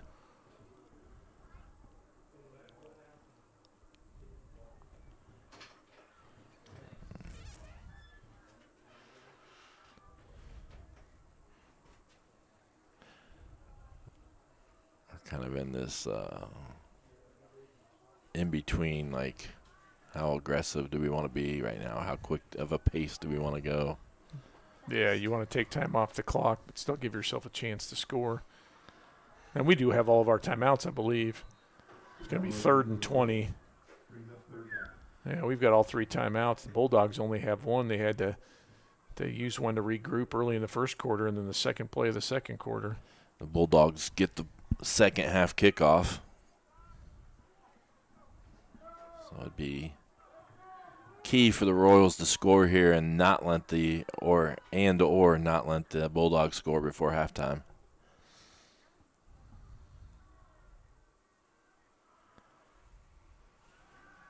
He's going deep to Redmond. And no. Now that ball, whether it was wind or not, it looks like it's gusting pretty good, but it never got out to the sideline where you wanted. Well, the bad part about that is it stopped the clock. And then now Redmond has to go all the way from running all the way down the field to going all the way back here to be the punter. Man. Can we give him a little rest here? Get him to catch his breath for a second? I remember JP a couple of times having to try to kick extra points after some long plays. Yeah. That one's going to roll. Takes a great hop. Go touch it. Grab it and give it to the ref. Yep, 9-yard line. So nice job by Redmond, and he was you could tell he was a little winded. Yeah. And he got a little bit of pressure. So yeah. Not a lot of hang time, but the end result was the same. Important possession. I've watched a lot of Purdue games, and right before halftime, it's not been real good for the Boilermakers. So in this situation, the Royals need to not pull a Purdue and get a stop here going into halftime. I think Terry would blame Painter for that as well. He's having a bad influence on Braum. There's that quick screen to Whitty, and I'm not sure why he went outside. But he's not going to get to the sideline. He had a little bit of a crease. He was trying to gain yards. Maybe gain 2. Now, if they don't pick up much, do the Royals take a timeout? That's a good question. Let's see. Lapel's not in a big hurry, but got the wheel route coming. Craig's flushed. He's in the end zone, so he gets out of the end zone, and nice catch. They're going to say he's inbounds, though. And they've got to call timeout if they want to have any chance, and they do. And they're going to still need 3 or 4 yards.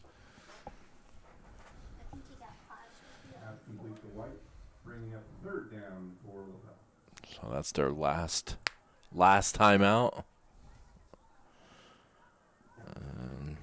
We kind of mentioned this at the beginning, but the sectional bracket starts next week. Sectional 38, both these teams will be in it. Some of the games that'll be happening next week: Cardinal Ritter at Shenandoah, Heritage Christian at Northeastern, which those two teams have really good records. I think record-wise have the top 2 records, and they drew each other first round. Winchester is at Lapel, this Bulldog team. And the Royals will be traveling to Union County next week. And we did get approval by the IHSA, which we have never been denied by the IHSA to do a tournament event. But Union County's got a pretty small press box. They're not sure if they have any space for us. So we're still working on that. We've been in communication with them, and hopefully we'll be able to stream that. That game would be on IHSA TV only, so it would not be on YouTube, Facebook, or Twitter, as tournament events cannot be on other social media. Craig the throw. And he's going to throw it up, and it is picked off by Tincher. Gets a second. And it's almost like,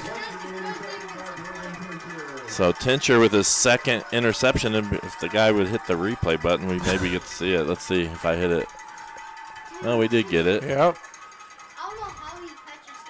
So here's the thing. We got just under 19 seconds. We do have the ability to hit long passes. We'll see if they dial up something. Now, at this point, I'd almost be willing to just go in. Well, no, I think I might take one shot. I may take one shot and see.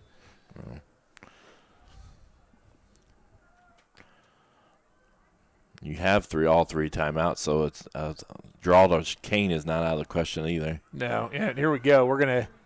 I only got a screen, and that was well defended. Do you use it? Might as well use one, right? We're not calling a timeout. No, so. I think if he would have gained something, maybe we got a little closer, you could throw one into the end zone. So the Royals are going to go into halftime leading 22-8 over the Lapel Bulldogs, and I think the coaches overall have to be pretty happy with the performances, especially early on in the first quarter. Royals came out really good on offense and defense, and I think they got to be pretty happy. Yeah. First quarter, all Royals. I mean, until the very end, the Bulldogs started to put together a drive, but that was it looked like it was going to be a blowout real fast. Second quarter, the Bulldogs settled down a little bit. Royals came back down to earth a little bit on offense. But we do plan on, just so you know, we have a trivia that'll be in between the third and fourth quarter. So if you want to participate in that, you look for that between the third and fourth quarter, and we have a Stump Coach Night question that you can always participate in as well. So, or you can allow yourself to be stumped as well. Yeah. So we will take a little break here, and we'll see you here in a little bit. I'm assuming the band. I don't know. I haven't heard the band. Are they? Oh, really you know performing? what? No, they are not. They're not here. I think now that you've mentioned that. It says it on our paper here. Yeah, I think Coach Spalding was planning on it and then got notification that they were not going to be here. So. Okay, so we're not going to have the band. So you get to look at the field, and we'll see you in about 15, 18, 20 minutes here. So see you in a bit.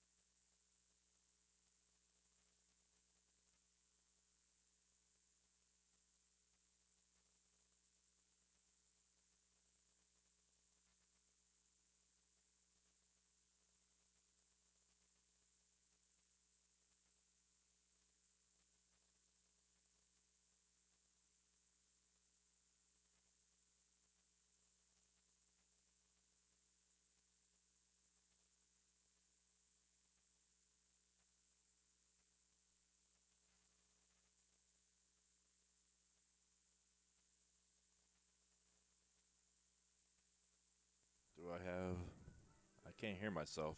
Did something get unplugged? No, they got turned down. So, all right, there we go. Now I can hear So if we did get disconnected during halftime, so hopefully we lost internet connection in the press box. So hopefully that is resolved and we don't have any more of that for the rest of the game. Getting ready to start the second half. Going to give you some scores around the area. New Palestine leads Delta 27-7. And what would maybe be a surprise, Yorktown leading Mount Vernon 35-29 at halftime. That's a lot of points. And I think Mount Vernon was really favored to win that game. So let's see if I got some others as we go through. At the half, North Decatur going to wrap up and totally clinch the MEC conference. They're up 44-0 at half against Westell.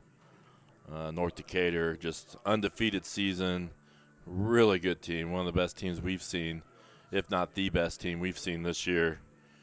Very senior-led and got some real good quality, especially at the skill positions. Greenfield Central was ahead over Newcastle, 28-7.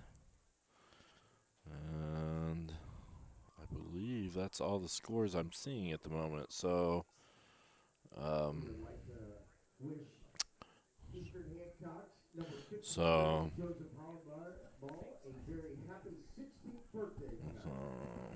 there's Joseph Hollenball, 16th birthday tonight. So that just got announced over the PA. And we're going to get ready to start here shortly. Teams are coming out for the kickoff. The Bulldogs are going to receive. The Royals got out to a 22-0 lead in the first quarter, and then the Bulldogs got a little bit of offense going and scored a touchdown. And then teams kind of just traded some punts there to end the half, and a couple interceptions thrown by Lapel. And we don't have all the stats, but I can hear myself. Right. Better? A little bit. Oh, and there's the kickoff. I'm not even paying attention. Nice. Oh, it's a fumble. And is that Shaw, I think, who got it? Shaw or Bowman? And that Tincher, I think, forced that. That would be his third, involvement in a turnover. Here's the replay. I might have hit it too soon, but it was a great hit on the returner by Tincher. Touched Braden. And then the Royals jump on it, and that kind of takes away the whole point of deferring. Yep. By the Bulldogs. And I'll get that car wash thing off there. Sorry. Yeah, that was not the start that they wanted. Let's see if we can take advantage of this. I will try to fix this after this play. Kane cut back. He's going to score. Wow. And I'm sorry, that's going to be blurry. But I'm going to be playing another replay of a blurry touchdown run. So what a start. Yeah, but it was well defended on the play side. And Kane, as he's done several times tonight, cut it back, and they didn't have an answer for him in the secondary. Maybe it'll clear up here. So that couldn't have gone much worse for the Bulldogs start the second half when they were probably feeling like they had a chance to be in the game.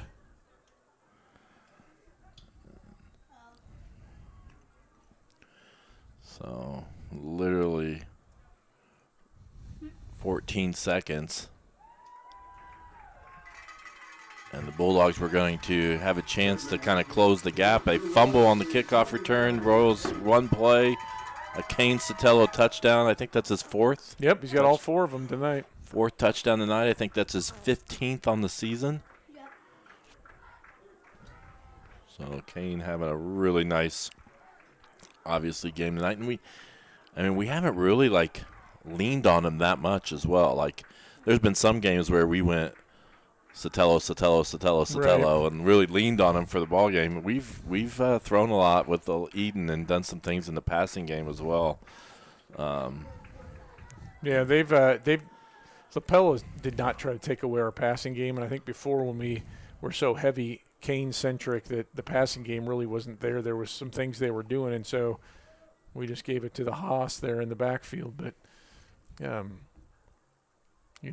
Kane's had a couple nice long runs, but we've had big chunks of a couple of our drives come off passes, and it's been a mixed bag of receivers tonight. It's not been any one guy. I think we said Willis had to start. Rubel's got some. Manship's got one or two. I think Redmond had one or two.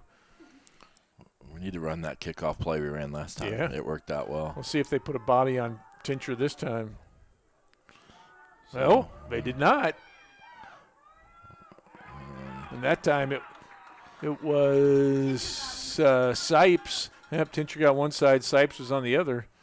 Yeah, kickoff coverage has been really good all game.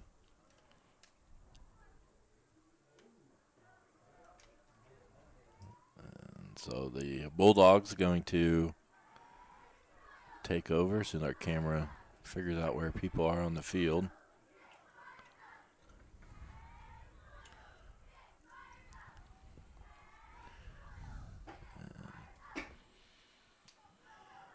Dollar. And that's really been the difference. Dollar's had to fight for every yard he's gotten, nothing more. I mean, I don't think he's hit 10-yard run at all. And Kane, other than a little stretch in the second quarter, Kane's just been gashing the Bulldog defense. Battle of the tailbacks definitely going the Royals' way. And to this point so far, the battle between the two freshman quarterbacks, I think Eden's been a little more accurate. Yep, I agree. That's probably Dollar's biggest carry right there, biggest gain, probably about 8 or 10 yards. Yeah, Craig had a stretch where he was hitting Whitty a bunch, but got there where at the end of the half he was just chucking it up. Yeah, he had a couple interceptions, both by Braden Tincher. Kind of just trying to make something happen, maybe that wasn't there. Yep. Here he's going to roll out. And he's got Whitty, and that's a really nice catch. Yep. That's a hard play to defend. It's kind of a bootleg, and if he'd have got the ball down a little bit, Whitty may have had a little room to run. As it was, he kind of had to leave his feet to catch that, and we had guys right there knock him over once he had the ball. Pistol formation. Hand off to Dollar. No, that's not Dollar. That is 23. Nope. Bruin White. Yeah, that was a really nice job. They pulled the lineman around to lead out there, and White followed him, and he was 7 or 8 yards before he even made contact for one of the Royals. It caught us off guard a little bit.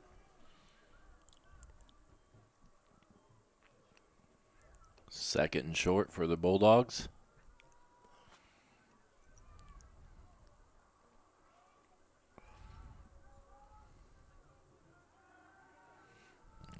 Nice short pass there. I can't see the number that caught it. 17. 17. Logan White. And a couple good completions by Craig getting and the Bulldogs a couple runs. Offense is finally getting moving here. I say finally, but we've only played 2.5 minutes in the second half. That was Trueblood got that tackle from behind, kind of blitzed through and then ran the running back down.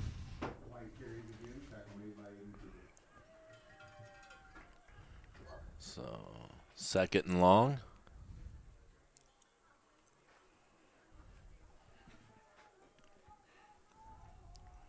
We've seen this formation from us, and we usually run behind the two guys in the backfield. They're going to do the same thing. When they cuts up the middle. Carrying defenders. Going to be short, about a yard short of the first down. That was White again, I believe. Yep. We may not see. I know that Dollar has been sitting some over the last few games. So he may be getting a rest or – I see him. I can see him over on the sideline. His helmet's off. So yeah, he may have been on a pitch count tonight. Reverse. I think that's Woody. Isn't Yep. it? And He's got a lot of room. Yeah, but he didn't read his block. He was able to beat him around the corner, but Touchdown Bulldogs. and that would have been a great way to start the half if they wouldn't have given up the kickoff to us. Mm-hmm. And again, they're left chasing, trying to get back into it, and every point they can, so they're going to go for 2 again.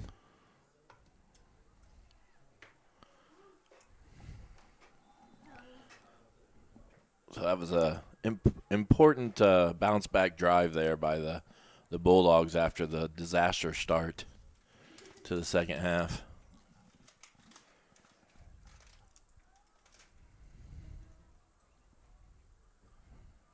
Because if you don't bounce back with a nice drive there and then give the ball back to the Royals, it's... Yeah, I agree. That's a chance to just kind of end it.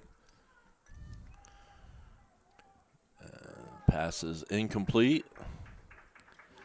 Looks like Jennings didn't even know it was on his way. No, and that was a same thing that we see often, crossing routes out from the 2 receivers, and he didn't get his head around it all for whatever reason.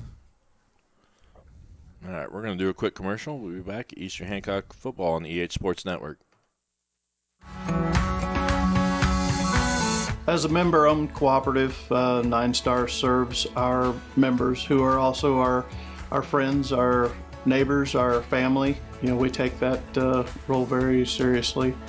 We want to provide that customer with the same experience and customer service that we would expect ourselves.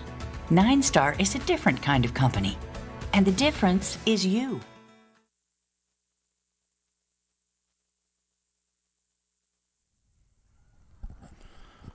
All right. Bulldogs have a nice long drive and score a touchdown, but was unable to convert the 2-point conversion.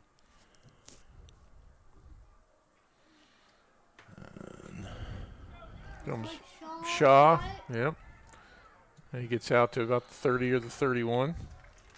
I think that's Shaw's first return tonight, I believe. Yep. He had a big long return against Monroe Central, 86-yard return. Then he did a nice job last week. I think 4 or 5 times he returned it, and he did a good job. In fact, I think last week he was like one guy away a couple of times from really breaking another long one. We know we have someone watching from Florida. Anybody watching from farther than Florida tonight? You can comment on our Facebook or YouTube video. Let us know where you're watching from. There's a nice pass out to Manship from Eden to Manship, freshman to freshman. It's got to be nice to have someone. You come in as a freshman quarterback, you have someone you were throwing to in middle school, and now you're able to throw to them here as a freshman as well. Yeah, someone you're familiar with. They go way back. I think they played on the same team all the way through youth league too. So.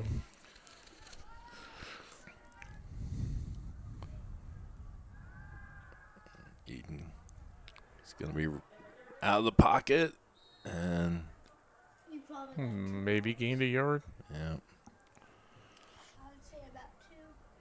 Yep, a 1-yard gain. We got Richmond, Indiana. I don't think that's quite as far as our Florida. Coach Collison, if you can hear us, let us know. There we go. Reconnection successful. Hey, we went to yellow-green. So we're back. We think for now. Hopefully, let us know, please. So sorry, it's out of our control. It's internet connection issues. So we apologize.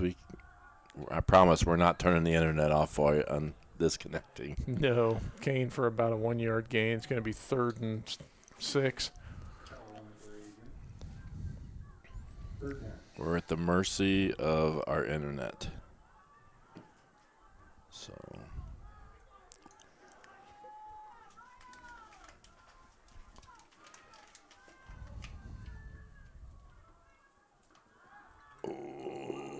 Will breakaway. Nah, he couldn't get away from. Oh, flag. We'll Could see what that they be? call. It looked like there may have been a face mask. We'll see if that's what they call. I didn't see anything. I was too worried about the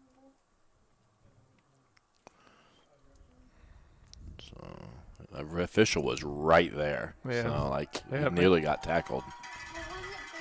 Yeah, I think they call the face mask. Face mask is a 5-yard variety, but that's still enough for Eastern Hancock first down.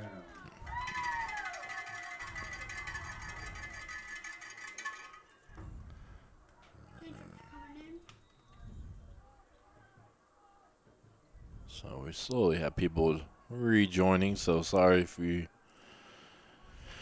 our internet dropped here.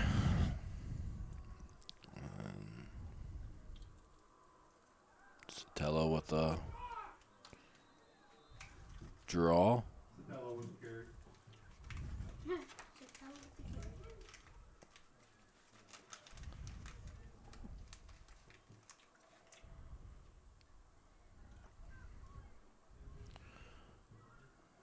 And Sotelo in again. Yeah, he's playing quarterback. Going up to Redmond, and they're going to say he just tangled. Yeah. And I think that's a fair call. He wasn't in. The defensive back was in position, and Aaron tried to go through him. So you can't call on the guy because he's got good position. Mm-hmm. He didn't reach out and pull Aaron down or anything like that. So Aaron made the effort to get there. There was a guy in his way. Ball's a little too far. Eden's back in.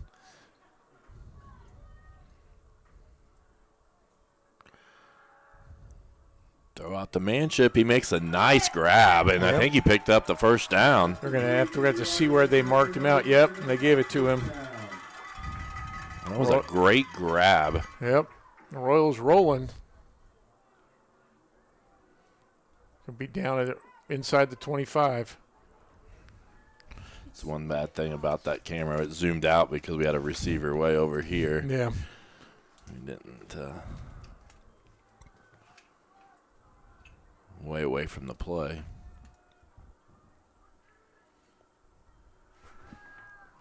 Oh, and Eden goes down. It's really the first time he's been unable to get out of there when there's pressure. Yeah. And it may have just slipped. At this point of the year, the field's not in the greatest condition, and we haven't had a lot of rain or anything to keep it in great condition. Oh, they're going to call a false. What is that? False start? Traveling, according to our announcer. Oh, geez, he just said it. So that's what you get when you have a basketball guy announcing a football game. Yep. Oh, there's offsetting penalties. So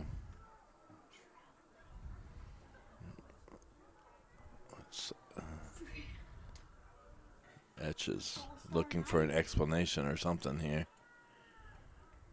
Yeah, illegal motion should have, or the false start should have ended anything. We'll see what.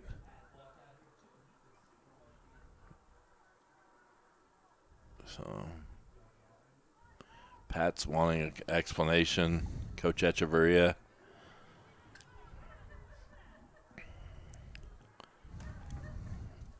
And see what he gets. He's told to get back. That's what he gets.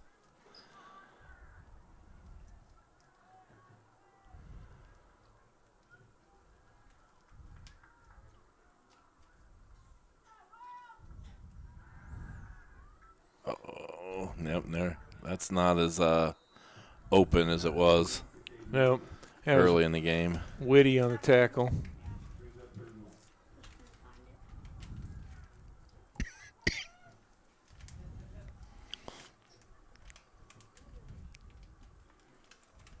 It's going to be about 3rd and 14 for the Royals. And it's still 2 down, so you don't have to get it all in one shot. You know, the only receiver we haven't heard from tonight is Bowman. We'll see if they can get him involved. Nope, we're going to go Redmond again. Oh, yeah, he got hit as he threw it, and ball was short. But at this point, you're not going to kick a field goal with Redmond. No, he's going to go for it. You're not going to punt, so. And it's Coach Echeverria. He's never shied away from going for it.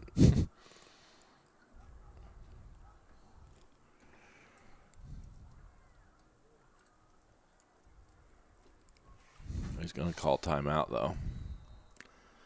They're going to talk it over, see what they want to do. I think they're going to, you know, there's a lot of different things you could do here. We don't have to score. I mean, we'd like to score. You don't have to throw it deep. You could throw a screen and see what you can get. We pinned them back, and we've done a pretty good job on defense. And I saw him call for a spear. We'll see if he goes ahead and stays in, but there may be something they do special for him. And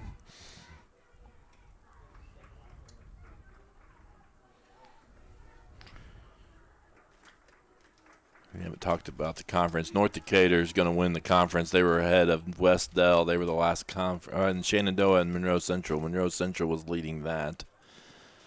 But Monroe Central and Shenandoah's only chance was for North Decatur lost to West Dell, and that wasn't going to happen. So North Decatur is going to win the Mid-Eastern Conference, and those are going to be close to your final standings. Okay, that right can't there. be 100% right, though, because I'm looking – well, never mind. We're got an important play here. Yep.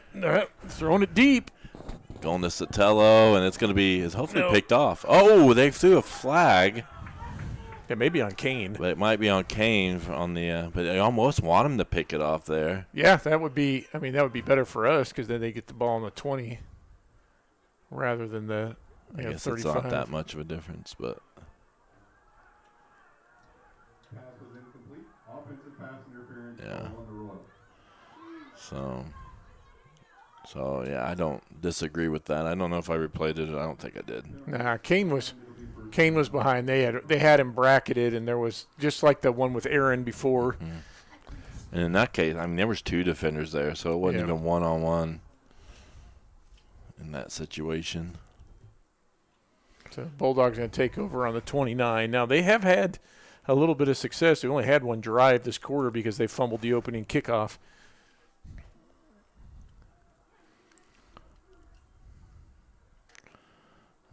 That's White. Picks up a 3.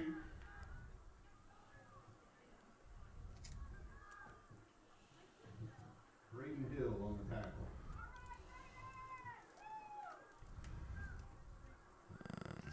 It's going to be 2nd and 7.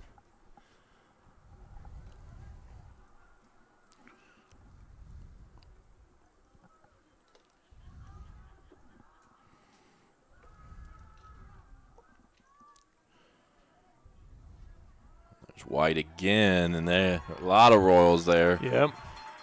The whole defensive line just about, and a couple of blitzing linebackers.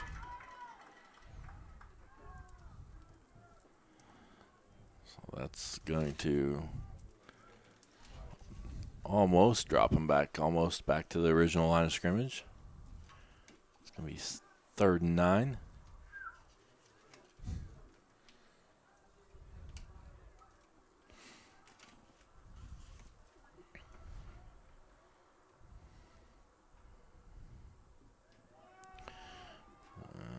Oh, good catch there.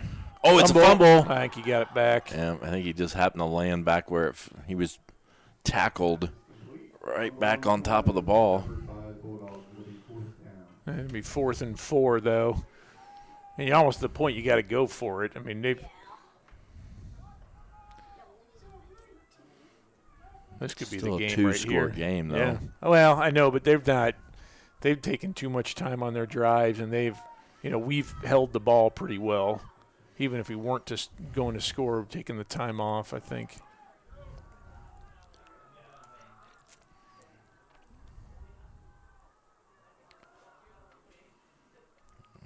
Craig's going to roll out. He's got Woody. They've got 2 receivers in the same spot. Yep, and Woody catches it and still going. And there may be an illegal man downfield.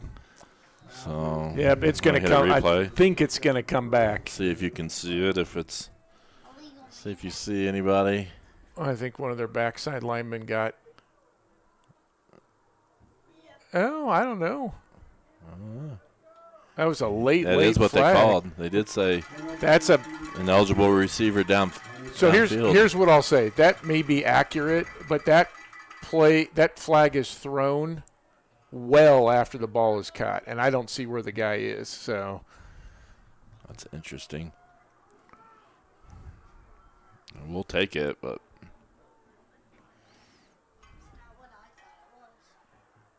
now they're going to punt because it's 3rd and 8 instead of 4th and 8 instead of 4th and 4 or 4th and 3. And God bless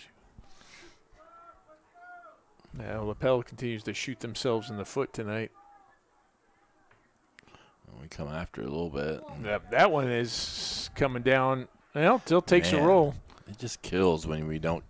You lose a lot of yards when you don't catch punts. Yeah. And I know it's a risk reward, but they've gotten 15 yards on each punt. Yeah. Well, and you can go over and fair catch it, and that's if you have somebody who can catch the punt. Those are they call them a lot of times the hidden yards in a football game. You don't see that their punter is just picked up, like you said, 15 yards. They fair caught our punt when we did it. Right. The first time, I believe. And I know it's a difficult skill because I watch people attempt it at Colts games. Yeah. Off the jugs machine or whatever they have for that. They never catch it. Yeah, those people aren't practicing week in and week out, though. If they are, they need to get a life. That's what they're working on their punt. Yeah, they're just hoping to get picked at the Colts game. So I got to stay. There's probably somebody that's like that.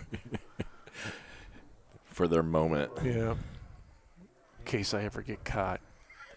Which reminds me of, this is going to go way back, but on the movie White Men Can't Jump, it was Woody Harrelson's girlfriend was always studying in case she ever made it on Jeopardy. Yes.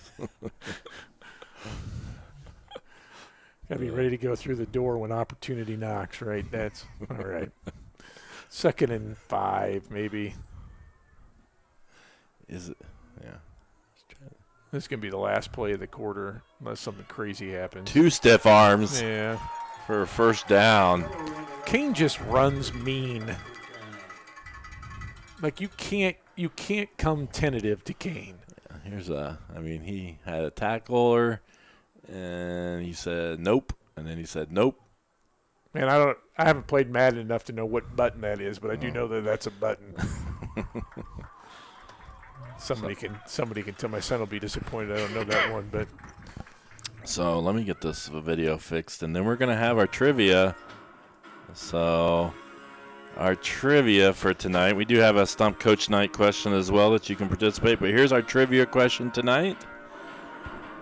Coming into tonight's game, the Royals have already set a new school record for most different players to score a varsity touchdown in a season. How many players have scored a touchdown this season for the Royals? Oh, man, so I got to think. So that's your trivia. It's already a record. They already have the record. So, and the only touchdowns tonight, I was worried like somebody else would add to it, but Kane's got all our touchdowns tonight. So we haven't added to that number. But coming into tonight, the Royals have already set a new school record for most different players to score a varsity touchdown in a season. So how many players have scored a touchdown this season for the Royals? Varsity games only. I do have a guess. I don't want to. So, and you got to think back. I thought 2013 we had a lot of people score touchdowns because we were ahead so much. Yep. So we'll get to that at some point. Hope we get some guesses other than Coach Down. Sure's don't count. And there's a run. I guess it counts if she only guesses once. Right. I think she would tell you her guess that she's guessing for other family members too, so that would be part of it. She's got to do one for her boys and for her husband and for her mom and dad just to get all those. Her dog. Hey, Minnie Murray's back. Jake Hicks, look at that. Hey, we're getting some good. I didn't know we had that many people still engaged with us after we dropped. Yeah. So we got some good guesses. It is a school record, and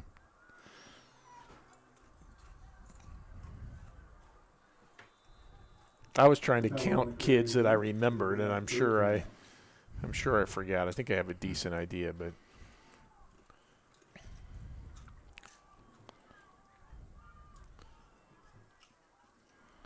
so the Royals with facing a 3rd and 4, and in no hurry at the moment. A lot of good guesses. So this is the most if you count all the players that have scored a touchdown this season for the Royals in a varsity game. Oh, Elijah got nowhere to go that time, and that was broken from the beginning. So I don't know if we're choppy. So let me try this. Sometimes this works. Now the Royals going to have to punt now. That was a good defensive series from the Bulldogs. A lot of good guesses. Yep, you're right, John. Knight for sure. We got one. And then Kane tonight. So two people. Ooh, there we go. Nice punt by Redmond. And again, look at that. Stop. Somebody get there. Stop. You couldn't have done any better. What a great punt by Redmond. I mean, I've never replayed a punt, but we're about to. Would that roll for 20 yards?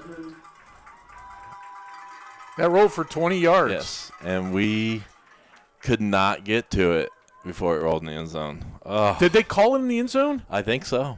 Yes, it called a touchback. That's not no. He called it a touchback. Nope, it didn't unless the point of the ball touched the line. That's sitting there. Okay, I disagree with that.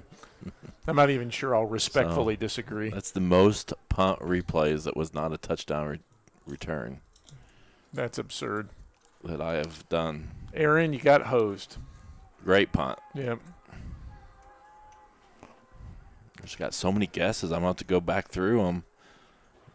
Well, I'll be honest. I don't think anyone's got that. Tip ball, and Woody still comes up with it. And he is late flag. Yep, he's got a first down anyway, and I think that's us piling on. And it's just late. There's been a lot of late flags thrown out here. And it's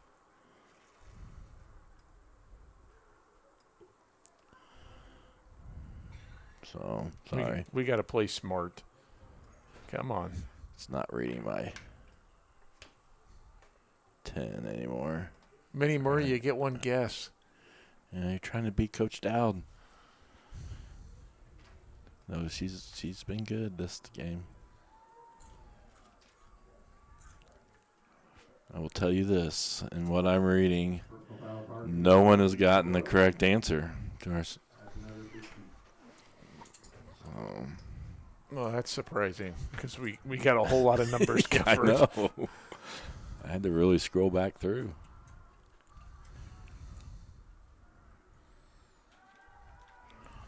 A deep throw by Craig, and he's got a man open. Oh. And he does come down with it. Yep, we had two guys there. Yep, so big play by the Bulldogs. That was number 9. Was that Landon? I can't read the other one. Landon White. Good job. Well, definitely. Minnie Murray, you for real guessed 4 times. Which one's?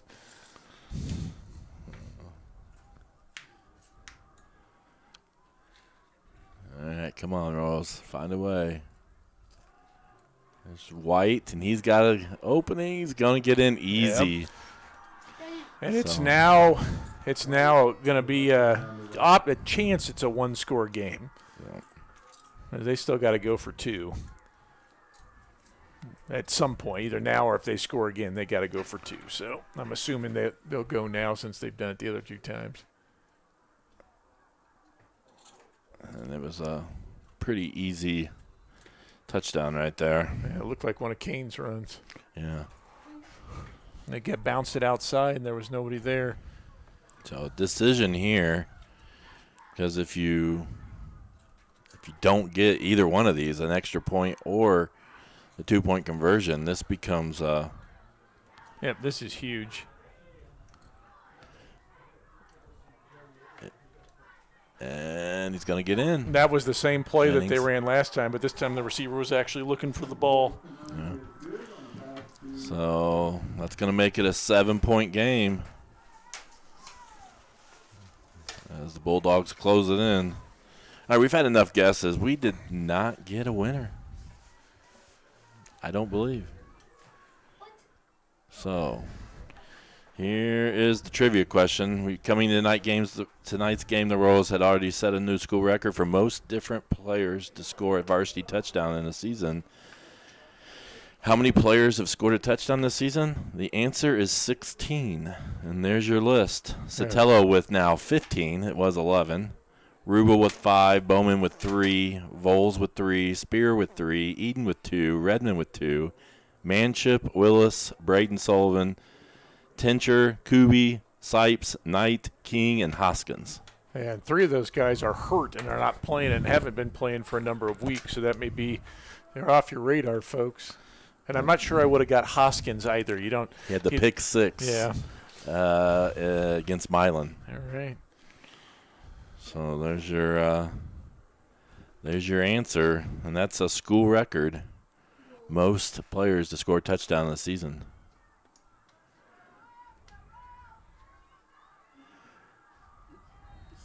And now it's kind of important for the offense to move the football here, to not go a 3-and-out and get something. 2013 was our next.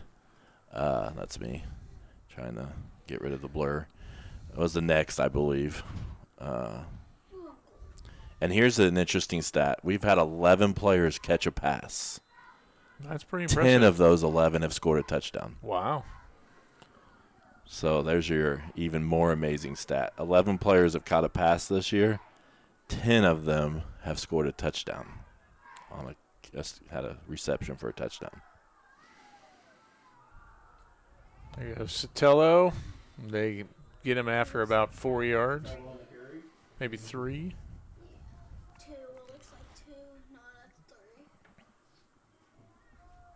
3. And you think you got all these 11 people that have caught a pass. That's a lot for a season. Yes, it is. And you got a freshman quarterback throwing those passes too. Yep. So it's good to see he can spread it around to a lot of people. He's not relying on that one person. Yeah, you got 3 of them. And Sotelo slipped that time, and that's that turf's been torn up a little bit by the number of games that have been out here. So 3rd and long is not what the Royals wanted to be in right here. You have forced a punt here. You feel the momentum shifting a little bit. Yep. Not 37. Would it be only 37? No. And that's going to be incomplete. Intended for Redmond. And we've run that comeback a few times. That timing just wasn't there that time. Aaron had to get to the sticks, and I think he got carried a little bit wide by the pass. So it's going to be up to the defense to recapture how they were playing earlier in the game. We need one of those big punts. And really, White's done a nice job for Dollar. I mean, we haven't seen he may have been in the beginning of the very first drive of the half, if at all. I think we might have been saying Dollar, and it was White. It was White, probably. All right. And this time, and not going to be able to field it. Nope, he's going to get another about 10 yards. So right around, it looks like 12-yard line maybe. Oh, good, another good punt from Aaron. Yeah. All right, we're going to go ahead and do our stump, Coach Knight, and and anybody can participate in this as well. But the Royals are 29-13 all time against Lapel in school history. However, Lapel has won many of the most recent games. What year was the last Royal victory over the Bulldogs? I was actually wondering that myself this week. So when was the last time the Royals defeated the Bulldogs? So there was a time when we didn't play them recently. They've only won, we've won 29 out of, it's. We didn't beat them with Coach Armstrong. I mean, I think we played him the last 2 years. We didn't beat him. And I think that's when we first started playing him again. And I can't remember if we played him when we went to the state championship. That would be right around that time where they left our schedule. They joined another conference. We've played 52 times. Yeah. And Lapel's only won 13. Sometimes we play them twice. Trust me, I've lost them twice in the same season. Oh, no. White's going to break it. White. And they got to make a tackle. I think the Royals took it away. Yep. We'll see what they call they're going to call him down. Bowman. That was Sotelo right there. Was it Sotelo? Yep. Because, I'll tell you this. The ball carrier was going after the ball because he thought he lost it. Yeah. White thought he lost this ball. Yeah, he was going back. He was like, uh-oh, I just lost this. And so he was bailed out by the official as well, because I think Kane nearly made a great play there. Sorry. Craig. Man, he short-armed it. Yep, no good. He had 3 guys all kind of the same area and didn't get his feet set. I'm trying to remember the years when Etch was here before. I'm not sure Jimmy O coached against them. I can't remember how many years they were not on our schedule. Well, they were in the rack, and then they weren't on it, and then because they went to a different weird. Yeah, I can't remember. It was what's the Crossroads now, I think, because they were with Beech Grove and Cecina, and now they're conferenceless. Yeah. Fumble, lost, bad snap, and I guess it doesn't matter. Never mind. I'm playing. Too many Colts. Too many Colts games. You're like, right there. Come on, Ryan.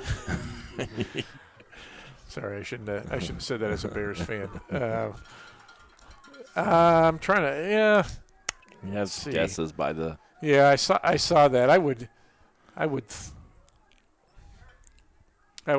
know it wasn't the last year that I coached before Etch was here, because we lost to them then.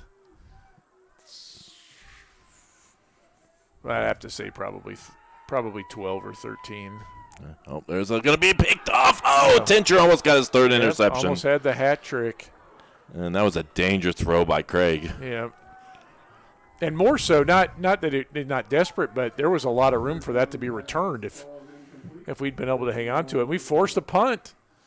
And once again, the Bulldogs just self-destruct.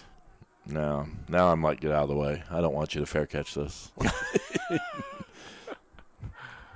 It's all situational. John looked it up. We'll reveal it after this change of possession. Oh, there's a fair catch. Yeah. There we go. Save some yardage. Must have heard me. Must have heard me from over here. So here's our question. 29-13. The Royals have pretty much in the all-time series have dominated the series for the most part, but Lapel's been winning most recently. The last year the Royals won was in 2015. Yeah. So coming into tonight's game, the Bulldogs have won 6 straight games against the Royals. And that probably coincides with Tim Miller taking over there as well. Probably I really, think really Miller was close. a couple years before.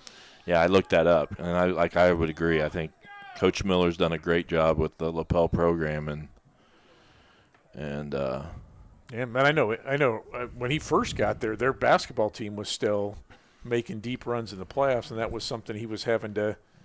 I don't want to say fight against, because it's not really that, but like have to work around was the kind of the basketball culture at Lapel, and he's he's turned them into a consistent winner. And in fact, this is the worst team I can remember them having in a while, at least record-wise. Right. But if you look at their schedule, they have it's no joke. It is a really good schedule. I was impressed by, kind of the quality, because Hamilton Heights, a 3A program, I think it's pretty good. Frankton's been pretty solid. We know Shenandoah Lutheran, they win state championships. North Decatur, undefeated this year.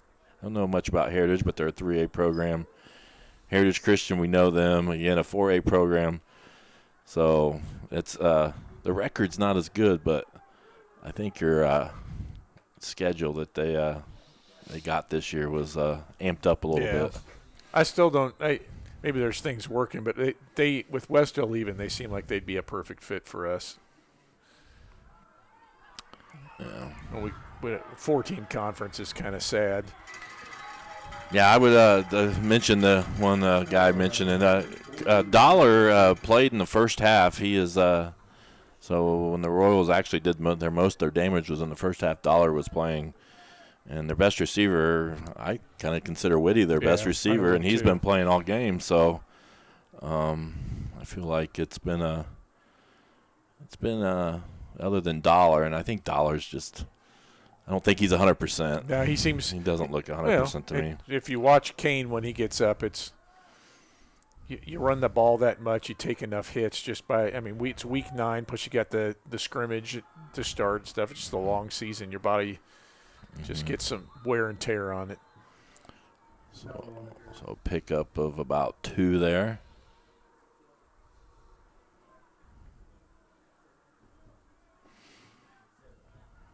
And we kind of wondered what we would see, because there is the potential these two teams could meet in the sectional, early on in the sectional. So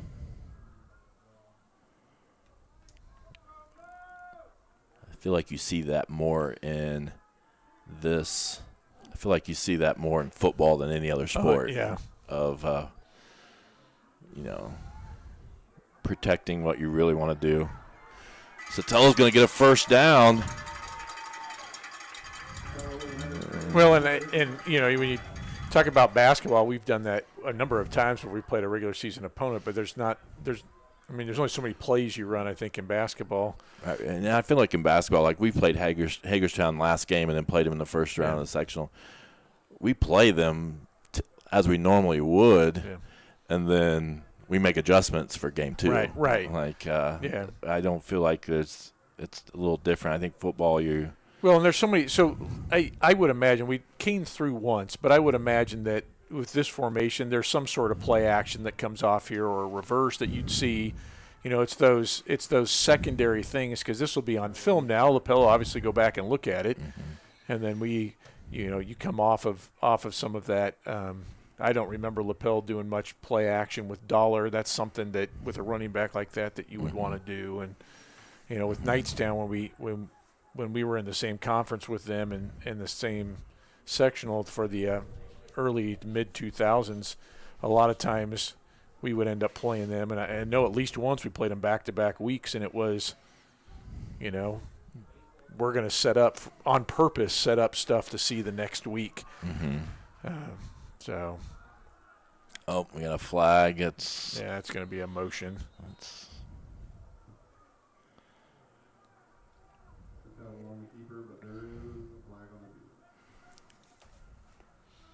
And now you're in that end of the game, and you're like, oh, yeah, I want to rest so-and-so, or I want to rest. But the competitive spirit of the players, I guess the players don't, but the coaches for sure, there's no holding back now. No.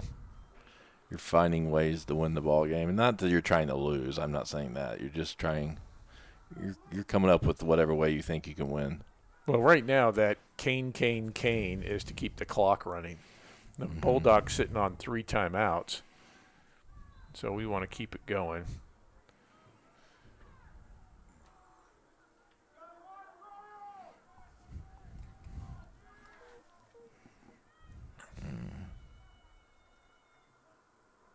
Ooh, high snap was caught by Elijah. And He's kind of a freight cane. Pick up a 5 at 7, but that could have been disaster if Elijah doesn't catch that high snap. Yep. That's could be disaster and the lifeline that Lapel would want there. Yeah, and right now it's keep the ball, run the clock, don't make mistakes. You don't want to get too cute right now. And I mean, if we score, that's obviously awesome then, because it becomes almost impossible for the Bulldogs to win. But as long as we hold the ball, they're not going to win either. Timeout there. Is that our last timeout? Yep. So the Royals call their last timeout. It's 3rd and almost 10. We get 2 downs to get that nearly 10 yards. Here's our bracket that we're talking about for next week. You can see the Lapel will be hosting Winchester next week in the sectional play, and the Royals will be heading to Union County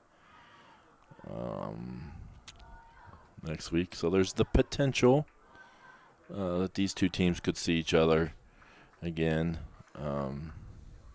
shortly. And you look at that top bracket there, that Heritage Christian Northeastern game is probably the big game of that first round. Yep. That a lot of people will be watching. The majority of the teams are going to have similar records: 4-5, 5-4, except for those two. I think, and then Ritter's, I think 1-8 right, or 1-7 right now coming into tonight. Oh, Eden, hang on the ball, the ball. Oh, and he's going to be sacked for a big loss. And we'll see where they cut. Oh, you're caught on my cord here. Yep. Got a few yards there, that extra off the momentum. So now I think you got a punt, right? I don't even want to try to guess. I mean, right now, I don't know how good that Redmond is short punting. You don't have to ask him to do that very often. Might even want to just kick it. See if he can kick a field goal. I mean, I don't know what his range is. This would be a 50-something. Yeah. Well, the wind's blowing more that way now than it is across the field. Yeah, and you're talking 50. I don't think that yard line's right. It's the 37, so 54-yarder. Yeah. I mean, if he misses it, they get the ball there. Same thing if we try to throw and pick up 18 yards, 19 yards. Incomplete pass, the ball goes right back there. That's where you like to have that Houston Swan quick kick. Oh, yeah. That we used to incorporate. And maybe, I don't know if they have that in there. That's I could see, especially if he takes a step back. I don't know. Looks like he's receiving. I do like right down the middle. They don't really have a free safety per se here. If we've got some sort of skinny post, either Manship or Rubel, if we could get him bending in, that's a nice open spot. We're going to take a delay game. Yep, give him more room to punt. Yep. Yep, and there's your punt. Yep. And I guess if you're going to do that, you give him more room to work with. We'll see how Aaron does on the short ones. He's done a really nice job airing it out tonight. I don't even want him to think about it. Just kick it. Even if you go in the end zone at this point, you're going to be moving the ball. They are going to 20-some yards. They are going to put a guy back. There's that Whitty back there to return the kick. Now, you may be better off doing that just so you prevent a return. Oh, on the Redmond. And that's that trying that short something you punt. haven't tried. Yeah. We do get a few yards off the roll there. But they're going to get it on the 30. Yeah, that's tough. Bell takes over out following the punt. First and 10 on their own 29. Now, defense got to come up big for 2 minutes. For the Bulldogs, I think you're gonna see Craig. He's gonna have to make some some throws.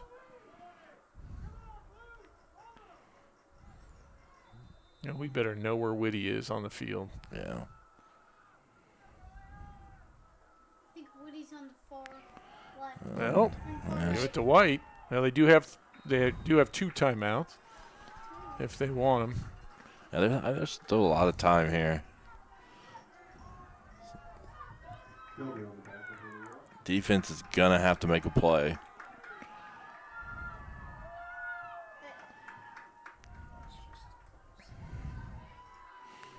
That screen out to Whitty. He breaks away again, too. Still going. He's going to get the first down. Yeah, ate up a lot of clock, though. Yeah, it's going to stop here, but...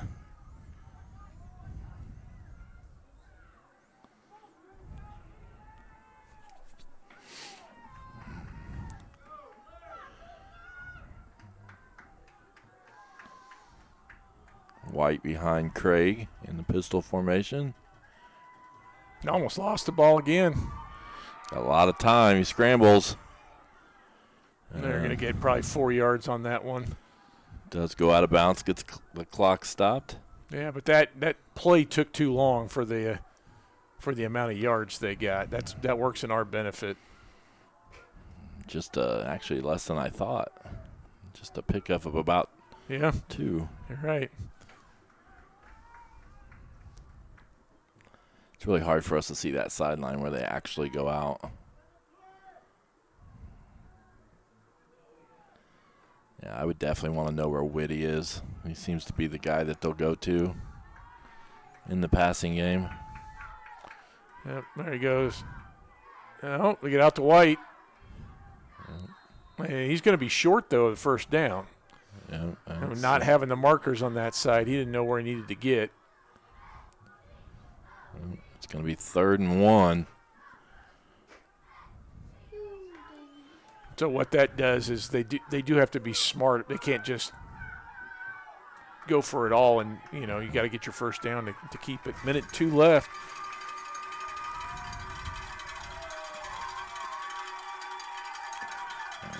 Run up the middle by White. He's going to get the first down. I think we're going to see a timeout call. They do call a timeout. No, that's the clock stopping for the chains. Well, so there is no timeout yet. Nope, not yet. You get your play in quick.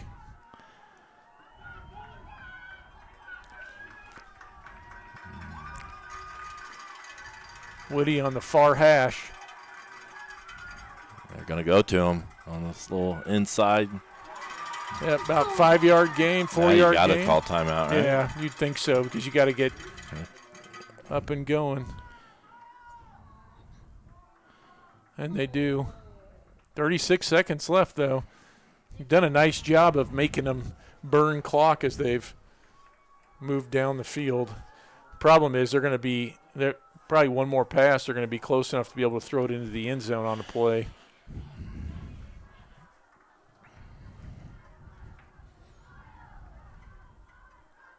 He's 54 now. Hoskins. That's pretty tired.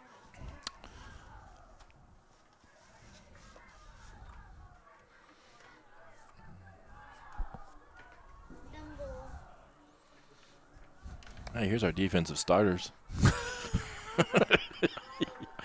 So Gage Tompkins, Logan Hoskins, Braden Hill, Dom Shelby, Braden Tencher, Gabe Johnson, Ethan Sipes, Aiden Trueblood, Garrett Shaw, Caden Willis, and Dylan Bowman trying to get this stop for the Royals.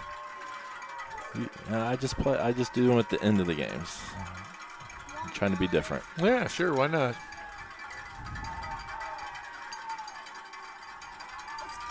Craig the throw. I got the wheel route. He's looking for Whitty. If he breaks it off. Oh, there's a flag. Yep, that's going to be a hold.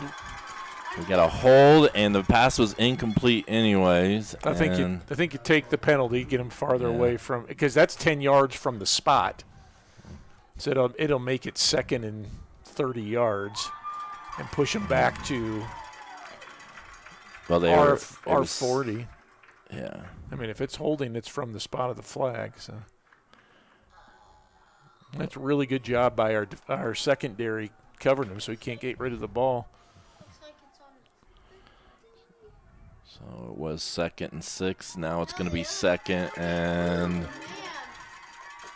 Yeah, that's a killer right there. You lose, I mean, what? Yeah, they 20 yards. Yeah.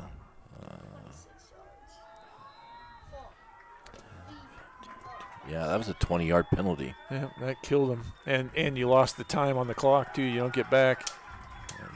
Deep throw toward Whitty. He's going to catch it. And he cannot get out of bounds. So They've clock got runs. one timeout left. It's 3rd down and 11. Oh, they do call the timeout. They've got 19 seconds. So nobody. You've got to throw it to the sideline on this Yeah. on this play, and they could throw that corner route again, but he's going to have to get out of rounds right away. If they can pick up 10 yards, they can throw it in the end zone on the last play. I think the flag is down. I can't tell which way it's blowing or they've taken it down already. Yeah. So I'll tell you what, we've had a great crowd. Lapel brought a great crowd over there. The Royals have a great crowd over here for the first real cold night game. It's pretty comfortable in here, right, Cooper? So. Yeah, it's a lot of people laughing at us when it was 90 degrees out. Yes. We were sweating. But. Yeah. I told somebody out there I've never been cold in here. So. Oh. So here we go. No timeouts. If you do throw it over the middle, you got to get a first down and then be up there real quick. Yeah, I don't like that. Or do you have some kind of trickery? No, I think maybe a roll to that wide side of the field, but you don't want to go to the middle unless he's completely wide open because anything. See that, and they'll run. There's that out route at the sticks. It's going to be a first down, and so they're going to have a shot. They're going to have at least one shot to throw it into the end zone. And what's that? About the 26, 27-yard line. And you see, I don't think Kane was intended to play much defense tonight, but look who's out there. Oh yeah. So.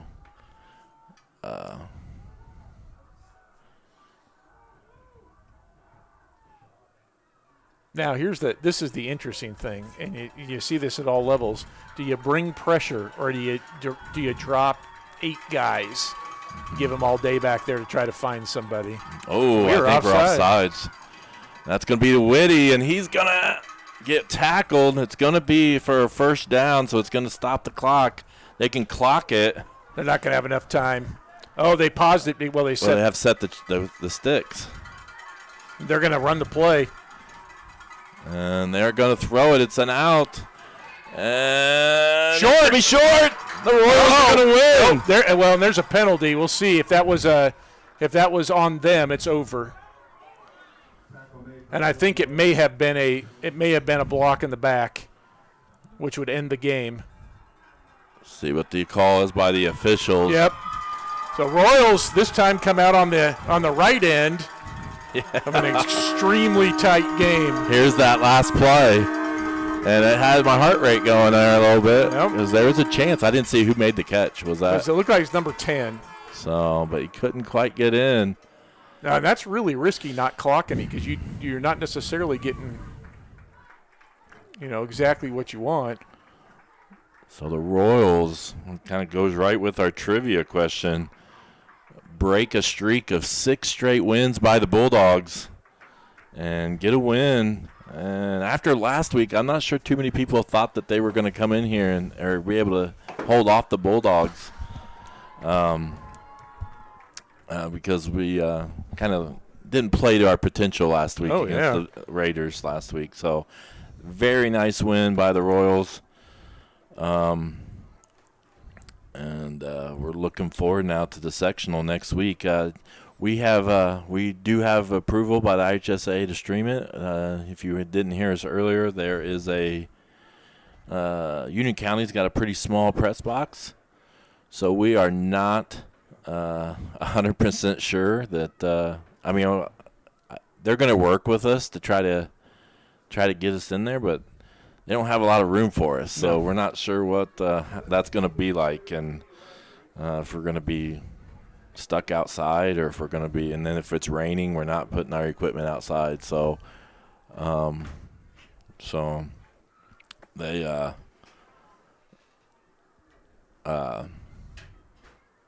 so it's a I always say this: you took a minibus down there for the softball Yes. regional a couple of years ago, Yes. so we would have internet. yeah. So it's I don't know. We'll see. We'll make every chance to do it. So they said that they're going to try to work with us and see what we can work out, but we might be creative. I have to put all the equipment on my back like in the golf broadcast. So a couple things. Let's this last regular season home game here. Let's do a Paxton Farm sweet corn. Who was our candidates? Who played well tonight? Well, defensively, Tincher caught. He's got 2 interceptions, forced a fumble on the kickoff that really. That turned out to be the game-winning touchdown. And nearly had a third interception. And made a couple of nice tackles. Yeah, I would agree with that. I'd say Braden Tincher as well. And what I really liked about this, our defense played one of their best games, I thought, tonight. And then Kane Sotelo was not out there for a lot of it. So, and he's pretty much known as, I would consider our top, if not one of our top defenders, if not our top defender. We will. So I would agree with that. Braden Tincher defensively stepped up, but there's a lot of people that played really well throughout the game. Obviously, Kane Sotelo had 4 touchdowns. Yep. So all our scoring except for the and Tincher had 2-point conversion, by the way. Yep, and Elijah had a pretty solid game, and so really good team effort, and there was no letdown after last week, and I'm pretty impressed with how the Royals came back tonight. Anything else? Let's just make sure we know what's going on. Let's first off make sure we remember to wish our winning brothers good luck tomorrow at Kokomo in the tennis regional, and our cross-country team is in the regional tomorrow at Rushville.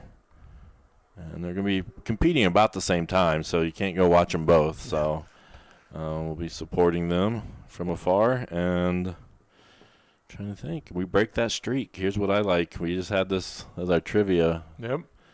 So coming tonight, the Bulldogs have won 6 straight games against the Royals, and the Royals broke that streak tonight. You like to get a win going into the tournament. It's nice to have a positive feeling. It's